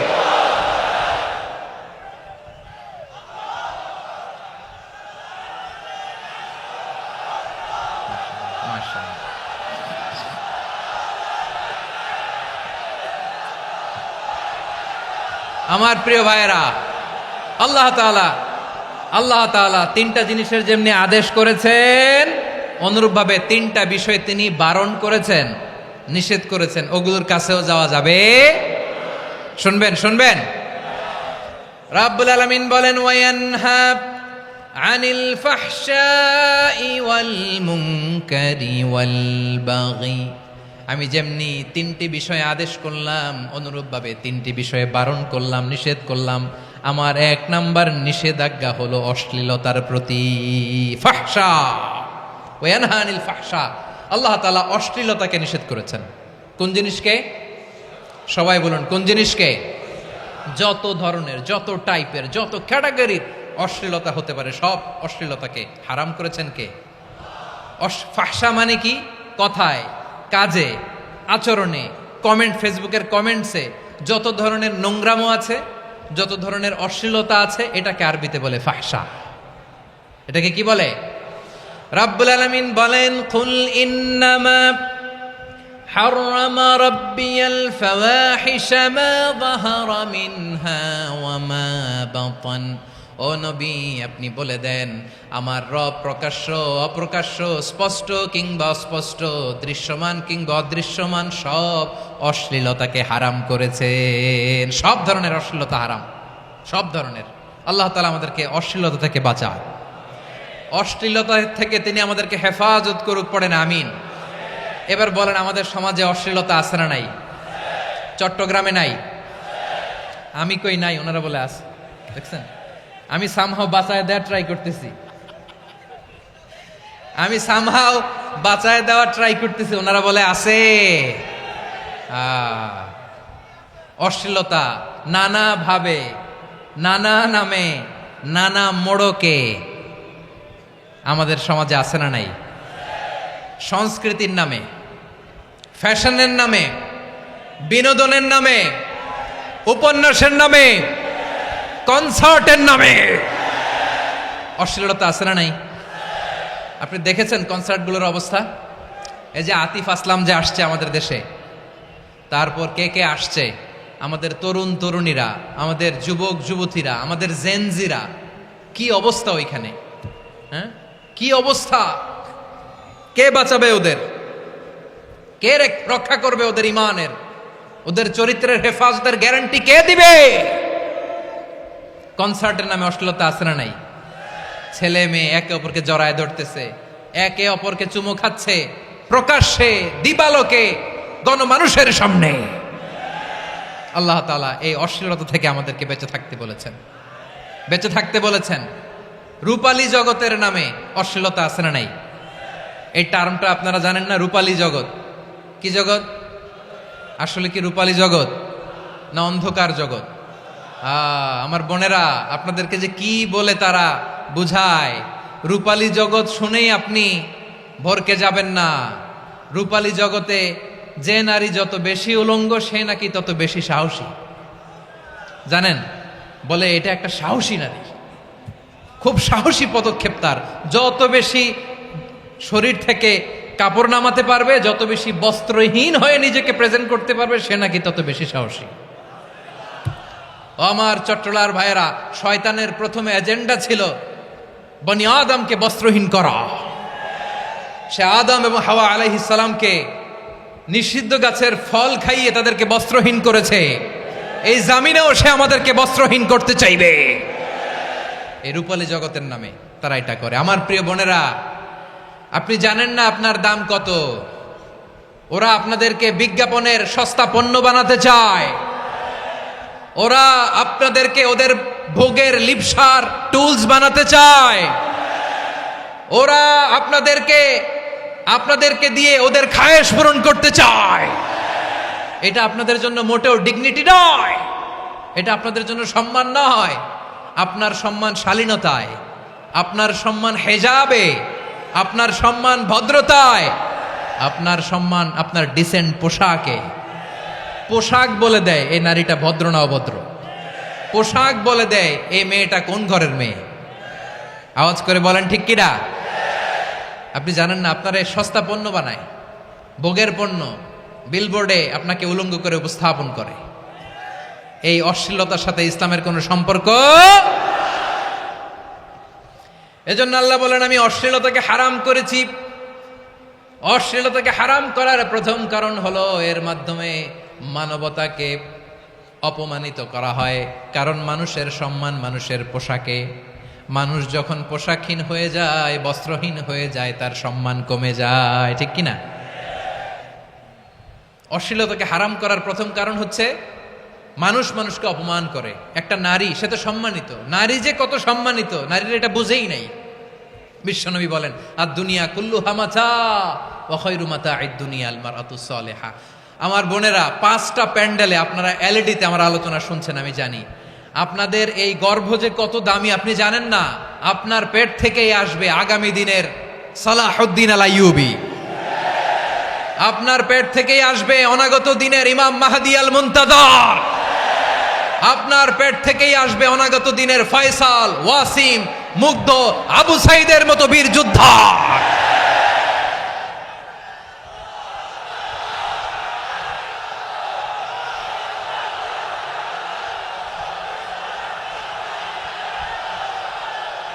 আমার প্রিয় বোনেরা, আমার প্রিয় বোনেরা, বিশ্বনবীর কথার ওজন খেয়াল করেন। আর দুনিয়া কুল্লুহা মাতা ওয়া খায়রু মাতা'আদ দুনিয়া আল মারআতুস সালিহা। দুনিয়ার সবকিছুই অ্যাসেট, এর মধ্যে সবচেয়ে দামি অ্যাসেট নেককার নারী। আপনার গর্ভ যে কত দামি আপনি জানেন না। নিজের সময়টাকে কাজে লাগান, কোরআন পড়েন, সুন্নাহ পড়েন। আপনার অনেক দায়িত্ব ঘরে। You are the MD of your family. একটা family it's a very big institution. পরিবার একটা অনেক বড় প্রতিষ্ঠান। And you are the MD of your institution. আপনি এই পরিবারের MD, managing director of your family. এখানে আপনার কত দায়িত্ব। আপনি ছেলে মেয়েদেরকে তারবিয়া করবেন। আপনি আপনার স্বামীর জন্য ঘরটারে জান্নাতের নীর বানাবেন। আপনার জন্য জান্নাতের ডুপ্লেক্স বাড়ি ওইখানে তৈরি করে রাখবে কে? আপনি যে কত দামি আপনি জানেন না। নারীদেরকে আল্লাহ বানিয়েছেন উচ্চতর করে, নিম্নতর নয়। নারীদেরকে ছোট্ট জিনিস দিলে এটারে বড় করে দেয়। নারীদেরকে ভ্রূণ দিলে, শুক্রাণু দিলে নারী এটারে বাচ্চা হিসেবে উপহার দেয়। ঠিক কিনা? বিয়ের মাধ্যমে স্বামী যখন তার শুক্রাণু তার স্ত্রীকে উপহার দেয়, স্ত্রী রিটার্নে কি উপহার দেয়? ফুল ফর্ম বেবি, মানব সন্তান। দেখছেন, আপনি দিলেন একটুকুনি, দিছে বিশাল। আপনি যদি নারীকে বাজার এনে দেন, নারী এটাকে সুস্বাদু খাবারে রূপান্তর করে দেয়। আপনি তাকে একটা মুচকি হাসি দিয়ে দেন, সে তার কলিজা দিয়ে দেয়। কিন্তু যদি আপনি তার মনে কষ্ট দেন, সে আপনার জীবনকে জাহান্নাম বানায়া দেয়। খবর আছে, নারীর মন বুঝতে পারলে নেয়ামত, বুঝতে না পারলে কিয়ামত। ঠিক কিনা বলেন? আমার প্রিয় বোনেরা, আপনি যে কত দামি আপনি জানেন না, জানেন না আপনি কত দামি, অনেক দামি আপনি। আপনাদেরকে যেন ভোগের সস্তা পণ্য বানাতে না পারে আপনাদেরকে সচেতন থাকতে হবে, সজাগ থাকতে হবে, কনসার্ন থাকতে হবে। শয়তানের ওই হাতছানির দিকে আর নজর দেওয়া যাবে না। তাহলে কেন আল্লাহ তাআলা এই ফাহশা অশ্লীলতাকে হারাম করলেন? এক নাম্বার, এতে হিউম্যান ডিগনিটি কমে। দুই নাম্বার, এতে মানুষের অধিকার নষ্ট হয়। আপনি বিয়ে করেছেন এরে, পরকিয়া করেন ওর সাথে, এরকম আছে না নাই? স্ত্রীর অধিকার নষ্ট করেছেন। আপনি বিবাহ সম্পর্কে আবদ্ধ হয়েছেন তার সাথে, আপনি পরকিয়া করেন ওই ছেলের সাথে, আপনি আপনার হাজবেন্ডের সাথে বিট্রে করেছেন। এজন্য আল্লাহ অশ্লীলতাকে হারাম করেছেন। অশ্লীলতাকে হারাম করার আরেকটা কারণ হচ্ছে আল্লাহ তাআলা এই হিউম্যান জেনারেশনকে এটাকে প্রিজার্ভ করতে চায়। হিফজুন নাসল, এটা মাকাসিদুশ শরিয়ার অনেক গুরুত্বপূর্ণ একটা মাকাসিদ, অনেক গুরুত্বপূর্ণ। আপনার নাসল, আপনার জেনারেশনকে সংরক্ষণ করা। এই যে আসতেছে ফেব্রুয়ারি, কত ফেব্রুয়ারি জানো? এটা কি বিশ্ব ভালোবাসা দিবস? হ্যাঁ, কি দিবস? এই বিশ্ব ভালোবাসা দিবসের সাথে মুসলমানদের কোনো সম্পর্ক নাই। আমার প্রিয় ভাইরা, এই যে আপনি অবৈধ সম্পর্কে জড়ালেন, কেন আল্লাহ অশ্লীলতাকে হারাম করেছে দেখেন। বলতেছিলাম যে এটা আপনার নাসল, আপনার জেনারেশন, আপনার লিনিয়েজ, আপনার বংশকে প্রিজার্ভ করা। কে কার বাবা, কে কার মা, বাবা মা জানা, প্রজন্মকে প্রিজার্ভ করা, এটা ইসলাম ওয়াজিব করে দিয়েছে। এই যে অবৈধ সম্পর্কের কারণে, বিশ্ব বেহায়া দিবসের কারণে, এগুলোর আউটকাম, আউটপুট হিসেবে মাঝে মাঝে এই ঢাকা মেডিকেলের ডাস্টবিনে নবজাতকের বাচ্চার কান্নার আওয়াজ শুনতে পাওয়া যায়। চট্টগ্রাম মেডিকেলের ডাস্টবিনে নবজাতকের কান্না শুনতে পাওয়া যায়। বীর চট্টলার মুসলমানেরা বুঝতে পারলে আওয়াজ করে বলেন, এই যে চট্টগ্রাম মেডিকেলে যে নবজাতকটা পাওয়া গেল, ওর বাবাকে আমাকে বলেন, ওর বাবাকে, ওর মাকে, ও কোন ফ্যামিলির সন্তান কেউ জানে? আপনি হিউম্যান ডিগনিটিকে অপমান করেছেন না? আপনি তার ভবিষ্যৎকে অন্ধকার করেছেন না? আপনি তার লিনিয়েজকে প্রশ্নবিদ্ধ করে দিয়েছেন না? এই জন্য আল্লাহ তাআলা অশ্লীলতাকে আমাদের জন্য হারাম করে দিয়েছেন। পড়েন সুবহানাল্লাহ। এই জন্য রাব্বুল আলামিন বলেন, কুল ইন্নামা হাররামা রাব্বিয়াল ফাওয়াহিশা মা যাহারা মিনহা ওয়া মা বাতান। প্রকাশ্য অপ্রকাশ্য সব অশ্লীলতাকে হারাম ঘোষণা করে দিয়েছে কে? আবার দুনিয়ার বুকে যারা অশ্লীলতার প্রসার করে তাদের জন্য শাস্তি মজুদ রেখেছে কে? রব্বুল আলামিন বলেন, ইন্নাল্লাযীনা ইউহিব্বুনা আন তাশিআল ফাহিশাতু ফিল্লাযীনা আমানু লাহুম আযাবুন আলীমুন ফিদ দুনিয়া ওয়াল আখিরাতি ওয়াল্লাহু ইয়ালামু ওয়া আনতুম লা তা'লামুন। নিশ্চয়ই যারা বিশ্বাসীদের মাঝে অশ্লীলতার প্রচার প্রসার করতে চায় তাদের জন্য আমি মর্মন্তুদ শাস্তি প্রস্তুত করে রেখেছি, দুনিয়াতেও রেখেছি, আখিরাতেও রেখেছি। ঘোষণাটা কার?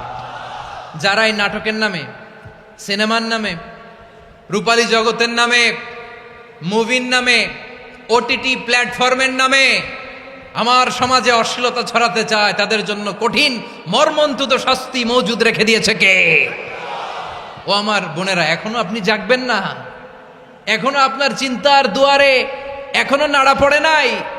ওরা আপনাকে উলঙ্গ বানাতে চায়, ওরা আপনাকে আইটেম গার্ল বানাতে চায়। এজন্য ইসলাম অশ্লীলতাকে হারাম করেছে। হারাম। ইসলাম বলেছে যোজন যোজন দূরে থাকো। ওরা বলে না, কাছে আসো, কাছে আসার গল্প, ক্লোজ আপ ওয়ান, কাছে আসার গল্প আছে না নাই? চট্টগ্রামে তো এগুলো নাই মাশাআল্লাহ। হ্যাঁ, এখানেও আছে ক্লোজ আপ ওয়ান, কাছে আসার গল্প। আল্লাহ বলেন, ওয়ালা তাকরাবুজ জিনা, কাছেও এসো না, জিনা থেকে যোজন যোজন কিলো দূরে থাকো। ওরা বলে কাছে আসার গল্প। আমার বীর চট্টলার ভাইয়েরা, কাছে আসতে হলে আমরা কোরআনের কাছে আসব, কাছে আসতে হলে নবীর কাছে আসব, কাছে আসার গল্প হবে আমার রবের কাছে আসার গল্প। চিল্লায় বলো ঠিক কিনা?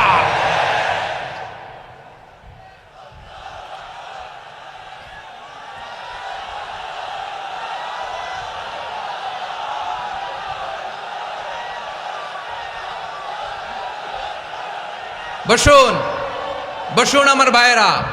তাহলে অশ্লীলতার সাথে আমাদের কোনো সম্পর্ক, সবাই বলতে পারেননি, আওয়াজ করে বলুন, অশ্লীলতার সাথে আমাদের কোনো সম্পর্ক।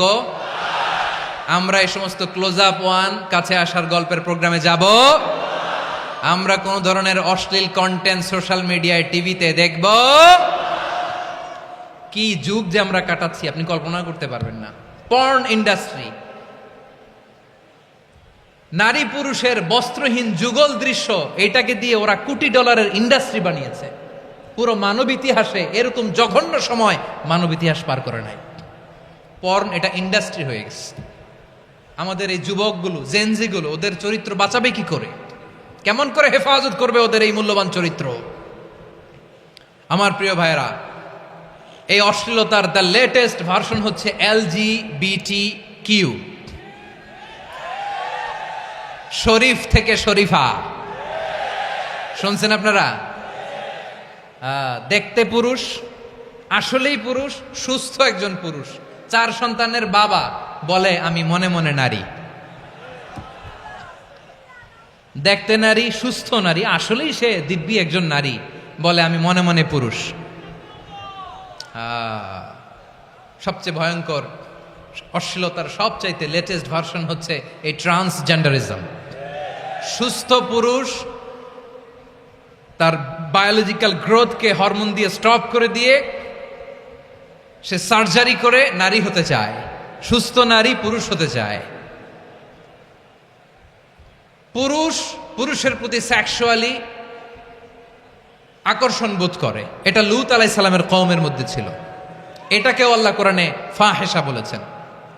ওয়ালুতান ইয ক্বালা লিকাওমিহি আতাতুনাল ফাহিশাতা মা সাবাকাকুম বিহা মিন আহাদিম মিনাল আলামিন।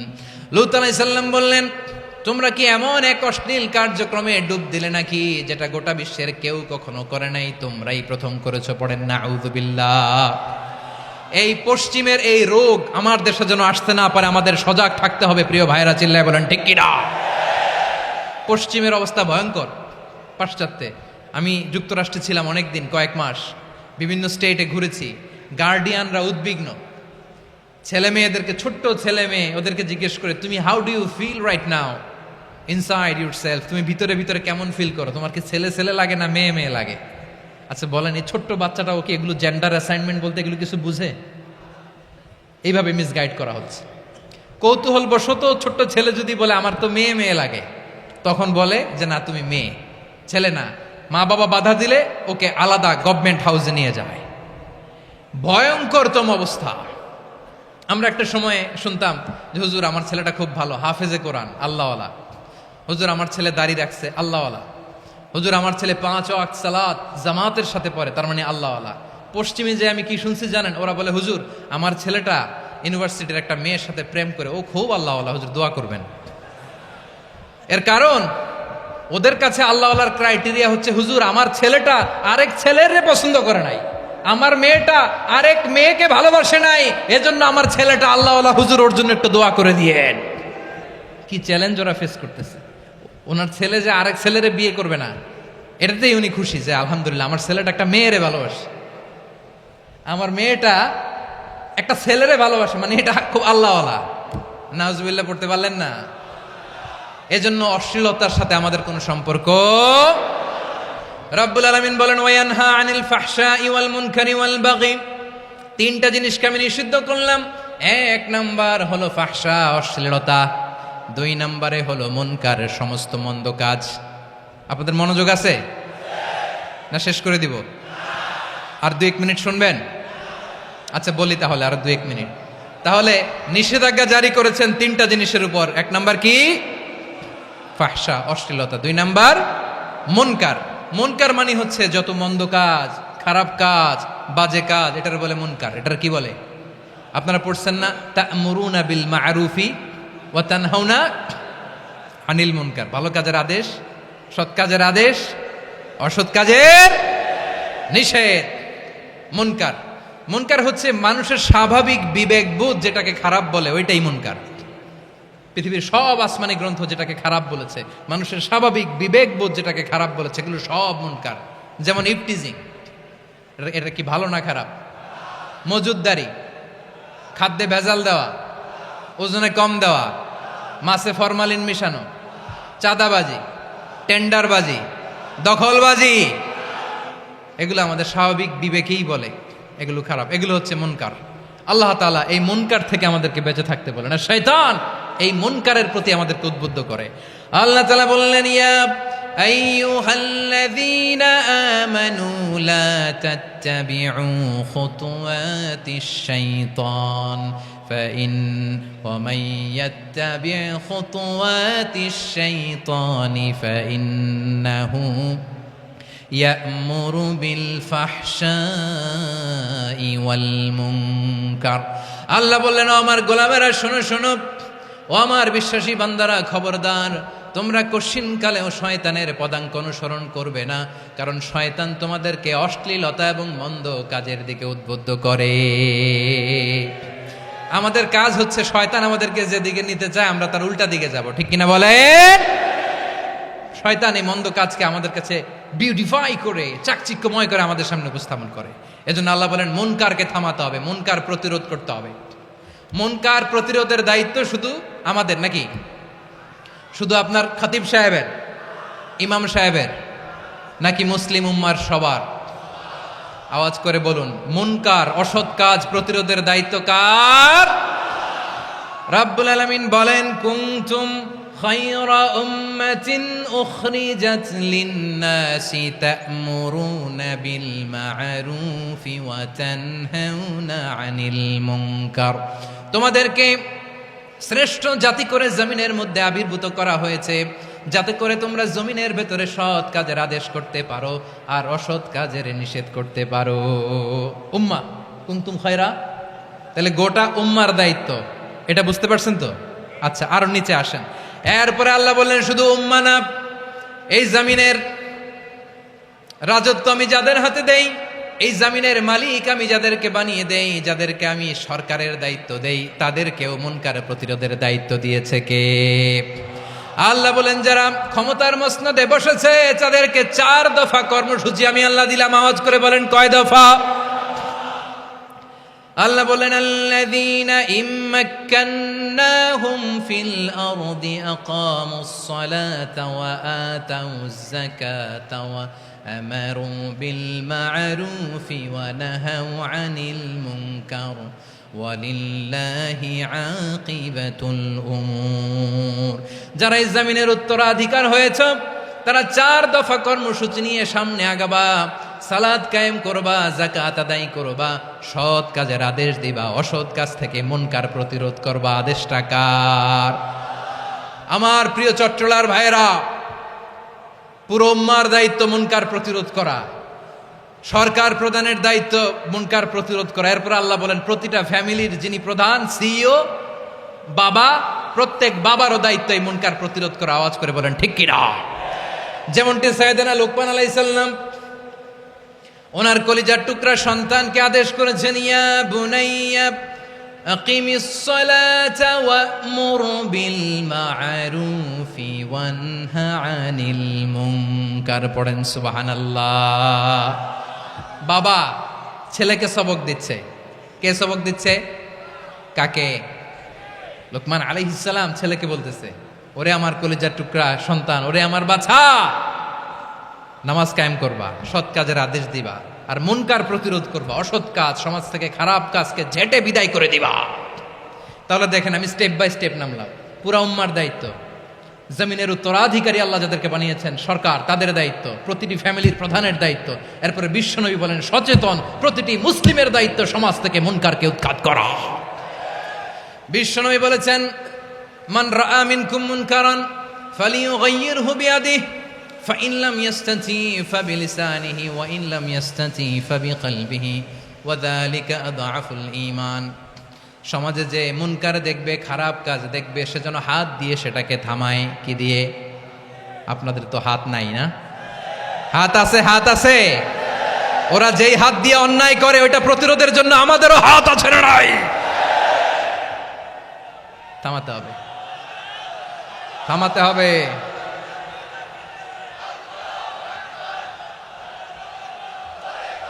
বসুন আমার প্রিয় ভাইয়েরা, ওরা ওদের যেই হাত দিয়ে টেন্ডারবাজি করে, চাঁদাবাজি করে, ইফটিজিং করে, দখলবাজি করে, যেই হাত দিয়ে, ওই মুনকার থামায় দেওয়ার জন্য আল্লাহর দিয়ে আমাদেরও দুটি হাত আছে না নাই? আমাদেরও হাত আছে, থামাইতে হবে, থামাইতে হবে, হিম্মত করতে হবে। আমার প্রিয় ভাইয়েরা, না থামালে আমরাই ডুববো শেষমেশ। আমাদের বাঁচার জন্য হইলেও থামাইতে হবে। রব্বুল আলামিন বলেন, ওয়াত্তাকু ফিতনাতাল লা তুসিবান্নাল্লাযীনা যালামু মিনকুম খাসসা। ও আমার গোলামেরা, ওই আযাবকে ভয় করো যে আযাব যখন আমি জমিনের বুকে পাঠাই, শুধু জালেমদেরকেই মারি না, আলেমদেরকেও মারি। আযাব যখন আসে তখন শুধু জালিমই মরে না, আলেমও মরে। জানেন, মুসা আলাইহিস সালামের পায়ে একবার একটা লাল পোকা কামড় দিয়েছে, লাল পিঁপড়া। লাল পিঁপড়া কামড় দিলে খুব আরাম লাগে না? কি লাগে? হ্যাঁ, জলে না? লাল একটা পিঁপড়া কামড় দিছে, তো উনি রেগে মেগে পাশি দেখে লাল পিঁপড়ার বাসা, পা দিয়ে ডলে মুছে সবগুলো পিঁপড়া মেরে ফেলছে। এই ঘটনাটা আল্লাহ ঘটিয়েছেন। এজন্য মুসা আলাইহিস সালাম ছিলেন কালিমুল্লাহ, সরাসরি আল্লাহর সাথে কথা বলতেন। তিনি আল্লাহকে জিজ্ঞেস করেছিলেন, আল্লাহ তুমি যখন কোনো জনপদে আযাব পাঠাও, শাস্তি দাও, ওখানকার শুধু জালেমরাই তো মরে না, ভালো মানুষগুলাও মরে, তো আযাব দিবা মুশরিকদের উপর দিবা, অবাধ্যদের উপর দিবা, ভালো মানুষগুলারে মারো কেন? আল্লাহ বললেন, মুসা তোমার যে কামড় দিছিল পায়ের মধ্যে পিঁপড়া, কয়টা পিঁপড়া? জোরে বলেন। একটা পিঁপড়া, তো সবগুলারে মারলা কেন? রেগে মেগে পুরো পিঁপড়ার বাসা ভেঙে মেসাকার করলা কেন? এই মুসা, আমি যখন অ্যাকশনে যাই, আমি যখন শাস্তি দেই, তখন এত বাস বিচার করা হয় না, বাস বিচার করা যায় না। যখন অ্যাকশনে যাওয়া হয়, ওইটা ডাইরেক্ট অ্যাকশন হয়ে যায়। চিল্লায় বলো ঠিক কি না? এজন্য আমাদের বাঁচার জন্য হলেও এই পাপ থামাতে হবে, এই শয়তানের অট্টহাসি থামাতে হবে, অন্যায় অপরাধ সমাজ থেকে আমাদের থামাতে হবে। কারণ আযাব আসলে ওরাও মরবে, আমরাও মরব। একটা জাহাজ 2 তলা, আপনি আছেন 2য় তলায়, শুনতেছেন? শুনতেছেন? জাহাজ কয় তলা? আপনি কোন তলায়? 2য় তলায়। নিচের তলার কিছু লোক জাহাজের তলা ছিদ্র করতে আরম্ভ করছে। কি ছিদ্র করতেছে? আচ্ছা, জাহাজের তলা ছিদ্র করলে তলা দিয়ে কি ঢুকে? এখন আপনি যদি বলেন আমার কি, আমি তো 2 তলায়, আমার কি, আমি তো সেফ, আমি ইন দ্য সেফ জোন, আমি তো ভালো আছি, আমি তো ভালো আছি, ওরা ছিদ্র করে ওরা মরবে। আসলে কি শুধু ওরা মরবে, নাকি তলা ফুটো হলে ভিতরে পানি ঢুকলে আপনারও সলিল সমাধি হবে? তলা দিয়ে যখন পানি ঢুকবে, জাহাজ ঢুকলে আপনিও মরবেন। এজন্য নিজে মরার আগে ওই পাগলগুলোর নিচতলায় যে থামাতে হবে। চিল্লায় বলেন ঠিক কি না? এজন্য আল্লাহ বললেন, মুনকার প্রতিরোধের দায়িত্ব সমাজের টপ টু বটম সবার। পুরো আম্মার দায়িত্ব, সরকার প্রধানের দায়িত্ব, প্রতিটি ফ্যামিলির প্রধান বাবার দায়িত্ব, বিশ্বনবী বললেন প্রতিটি সচেতন মুসলিমের দায়িত্ব। এজন্য মুনকার প্রতিরোধ করার দরকার আছে না নাই? সমাজে এই যে ইফটিজিং হয়, আপনার বোনের বয়সী একটা মেয়েকে কিছু বকাটে টিটকারি করে, এই বলে সেই বলে, নোংরা কথা বলে, রাস্তায় দেখেও আপনি পাশ দিয়ে না দেখার মতো চলে যান কেন? আপনি দাঁড়ান না কেন? আপনি দাঁড়ালেই তো থেমে যাবে। কারণ সত্যের যে শক্তি, তার সামনে মিথ্যা মুখ থুবড়ে পড়ে। আপনার সামনে ও কিছুই না, নাথিং। আপনি দাঁড়ান, ওকে প্রশ্ন করেন যে আমার বোনকে তুমি ডিস্টার্ব করো কেন? আপনাকে দেখে আরো 5 জন দাঁড়াবে, 5 জনকে দেখে আরো 10 জন দাঁড়াবে। আমাদের নীরবতা আর আমাদের নিশ্চুপ থাকাই জালিমদেরকে আরো শক্তিশালী জালিম বানিয়েছে। এজন্য মুনকার প্রতিরোধের দায়িত্ব আমাদের সবার। টেন্ডারবাজি, চাঁদাবাজি, দুর্নীতি, অপরাধ, দখলদারিত্ব, মজুদদারি, এগুলো সব কিছু একসাথে প্রতিরোধ করতে হবে। ঠিক কিনা বলেন?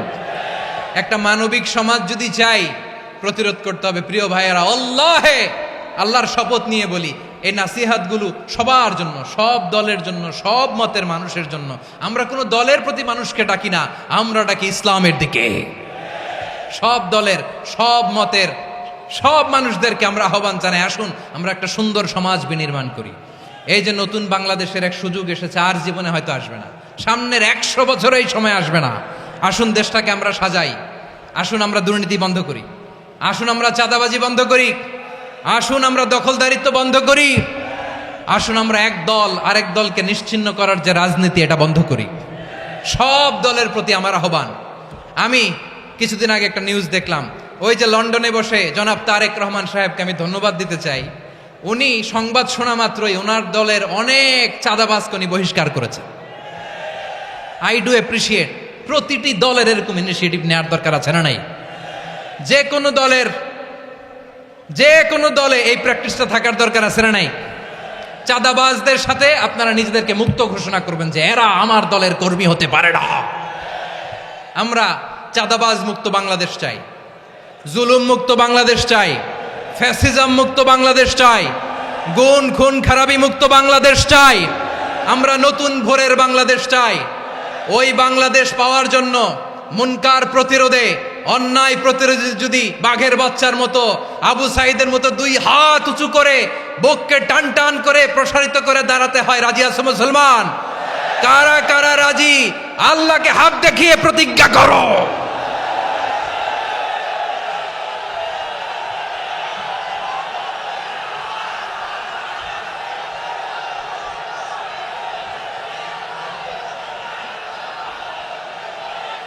আমার প্রিয় ভাইয়েরা, বসুন বসুন আমার ভাইয়েরা।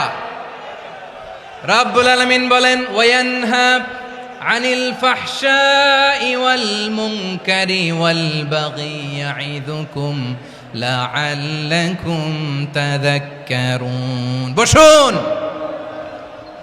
আল্লাহ বললেন, আমি অশ্লীলতাকে নিষেধ করি, আমি সব ধরনের মন্দ কাজকে নিষিদ্ধ করি, সব শেষে আমি সীমা লঙ্ঘনকে তোমাদের জন্য নিষিদ্ধ করি।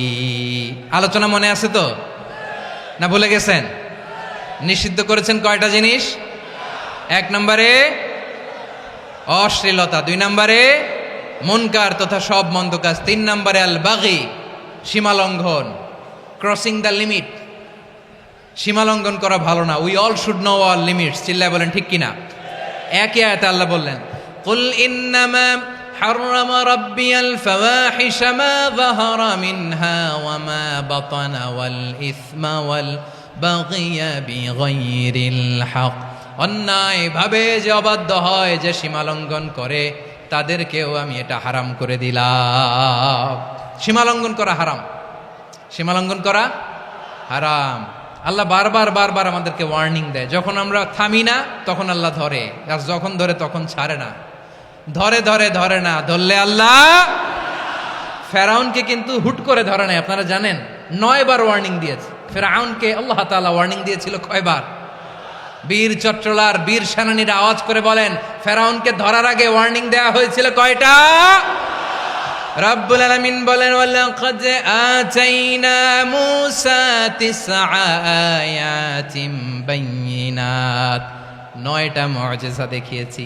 1 2 3 বারবার এইভাবে রিমাইন্ডার, ওইভাবে রিমাইন্ডার, এইভাবে নসিহাত, ওইভাবে দাওয়া। ফাকুলা লাহু কাওলান লাইয়িনা, নরম করে বলো, সফট করে বলো, যত ওয়ে হতে পারে দাওয়া মেথডোলজির। মূসা আলাইহিস সালামের সব অ্যাপ্লাই শেষ। 10ম বারে যে আল্লাহ ধরছে, 10ম বারে যে ধরেছে। এজন্য আল্লাহ বলেন, আমি সীমালঙ্ঘনকে পছন্দ করি না। কোরআনের অন্য আয়াতে বাগীকে বলা হয়েছে আল ইতিদা। সীমালঙ্ঘন যারা করে তাদেরকে আল্লাহ বলেছেন মুতাদিন। ওয়াকাতিলু ফি সাবিলিল্লাহিল্লাযীনা ইউকাতিলুনাকুম ওয়ালা তা'তাদু ইন্নাল্লাহা লা ইউহিব্বুল মুতাদিন। আমি সীমালঙ্ঘনকারীদেরকে কোশ্চিনকালেও পছন্দ করি না। আমরা যেন সীমালঙ্ঘন না করি। রাজি আছেন তো? যে কোনো ক্ষেত্রে ইবাদতে যেন সীমালঙ্ঘন না করি। অনেকে আমরা ইবাদতে সীমালঙ্ঘন করে ফেলি। বিশ্বনবী সাল্লাল্লাহু আলাইহি ওয়াসাল্লাম যেটা শিখিয়েছেন এর বাইরে যে অতিরিক্ত বুজুর্গ হতে চায়, এরকম আছে না নাই? করা যাবে না, কোনো ক্ষেত্রেই সীমালঙ্ঘন করা যাবে, এমনকি যুদ্ধ ক্ষেত্রেও না। বিশ্বনবী সাল্লাল্লাহু আলাইহি ওয়াসাল্লাম বলেন, খবরদার যুদ্ধ ক্ষেত্রেও সীমালঙ্ঘন করো না। কি সুন্দর ইসলাম আমরা পেয়েছি। বিশ্বনবী বলেন, খবরদার যুদ্ধের ময়দানে কোনো নারীর গায়ে হাত তোলো না, কোনো শিশুর গায়ে হাত তোলো না, কোনো গবাদি পশু হত্যা করো না, কোনো শস্য ক্ষেত্র ধ্বংস করো না, ইবাদতরত অন্য ধর্মের কোনো সন্ন্যাসীর গায়ে হাত তুলো না, বলেন সুবহানাল্লাহ। তাহলে আমরা সীমালঙ্ঘন করতে পারবো? প্রিয় ভাইরা, একটা সুখী, সমৃদ্ধ, শান্তির সমাজ, মানবিক সমাজ যদি আমরা গঠন করতে চাই, আমাদের আল্লাহর দেয়া কয়টা আদেশ মানতে হবে বলেন দেখি? সবাই বলেন কয়টা? আর বেঁচে থাকতে হবে কয়টা জিনিস থেকে? আওয়াজ করে বলেন কয়টা? আচ্ছা, আদেশ নাম্বার 1 কি ছিল বলেন? আল্লাহর আদেশ কি? 1 নাম্বার আদাল, ন্যায়পরায়ণতা। আমরা সুবিচার, সুশাসন, ন্যায় বিচার চাই কি চাই না? 2 নম্বরে কি ছিল? মাশাআল্লাহ, আওয়াজ করে বলেন 2 নম্বরে কি ছিল? ইহসান, আমরা যেন সবার প্রতি দয়া পরবশ হই, ইহসান করি। 3 নম্বরে কি ছিল? নিকটাত্মীয়দের দান করা, তাদের অধিকার প্রাপ্য বুঝিয়ে দেওয়া। পাশাপাশি 3টা জিনিস থেকে আল্লাহ বারণ করেছেন, নিষেধ করেছেন। তার প্রথমটা ফাহশা, অশ্লীলতা। অশ্লীলতার সাথে আমাদের কোনো সম্পর্ক। আজকের এই ঐতিহাসিক চট্টগ্রামের প্যারেড ময়দান থেকে আমরা যত ধরনের মা তাহারা মিনহা মা বাতান, প্রকাশ্য অপ্রকাশ্য, দৃশ্যমান অদৃশ্যমান, সব অশ্লীলতা থেকে নিজেদেরকে মুক্ত ঘোষণা করলাম। অশ্লীলতাকে আমরা না বলে দিলাম। আওয়াজ করে সবাই বলুন নো। অশ্লীলতার সাথে আমাদের কোনো সম্পর্ক। 2 নম্বর নিষেধাজ্ঞা কি ছিল? আল মুনকার, সমাজের যত মন্দ কাজ এগুলোকে আমরা প্রতিরোধ করব। রাজি আছেন তো সবাই? 3 নম্বরে আল বাগি, সীমালঙ্ঘন। কোন মুসলিম সীমালঙ্ঘন করে না, এমনকি যুদ্ধক্ষেত্রেও না। আওয়াজ করে বলেন ঠিক কি না? রাব্বুল আলামিন শেষে বললেন ইয়াইদুকুম লাআল্লাকুম তাযাক্কারুন, আল্লাহ তোমাদেরকে উপদেশ দেন যাতে তোমরা শিক্ষা গ্রহণ করো। আমরা উপদেশ দেব, আমরা জোর করে কাউরে কিছু মানাতে চাই না। লা ইকরাহা ফিদ্দিন ওয়া যাক্কির ফাইন্না যিকরা তানফাউল মুমিনিন। উপদেশ দিলে এটা মুমিনদের কাজে দেয়। লাস্তা আলাইহিম বিমুসাইতির ইন্নামা আনতা মুযাক্কির। নবী হে, আপনি রিমাইন্ডার দাতা, আপনি উপদেশ দিবেন। আমরাও বিশ্বনবীর এই হাদিসগুলো থেকে, কোরআনের আয়াত থেকে রিমাইন্ডার, এই কথামালা, বাণীবাহক হিসেবে এই বাণীগুলো আপনাদের সাথে কাছে পৌঁছে দিলাম। আমরা আল্লাহ তাআলার কাছে প্রার্থনা করি, আল্লাহ আমরা যেন আদল দিয়ে আমাদের সমাজকে গঠন করতে পারি। আল্লাহ আমরা যেন ইহসান করতে পারি, আমরা যেন নিকটাত্মীয়দের দান করতে পারি। আল্লাহ যত ধরনের অশ্লীলতা, অনাচার, মন্দ কাজ, সীমালঙ্ঘন, অবাধ্যতা থেকে যেন আমরা বেঁচে থাকতে পারি।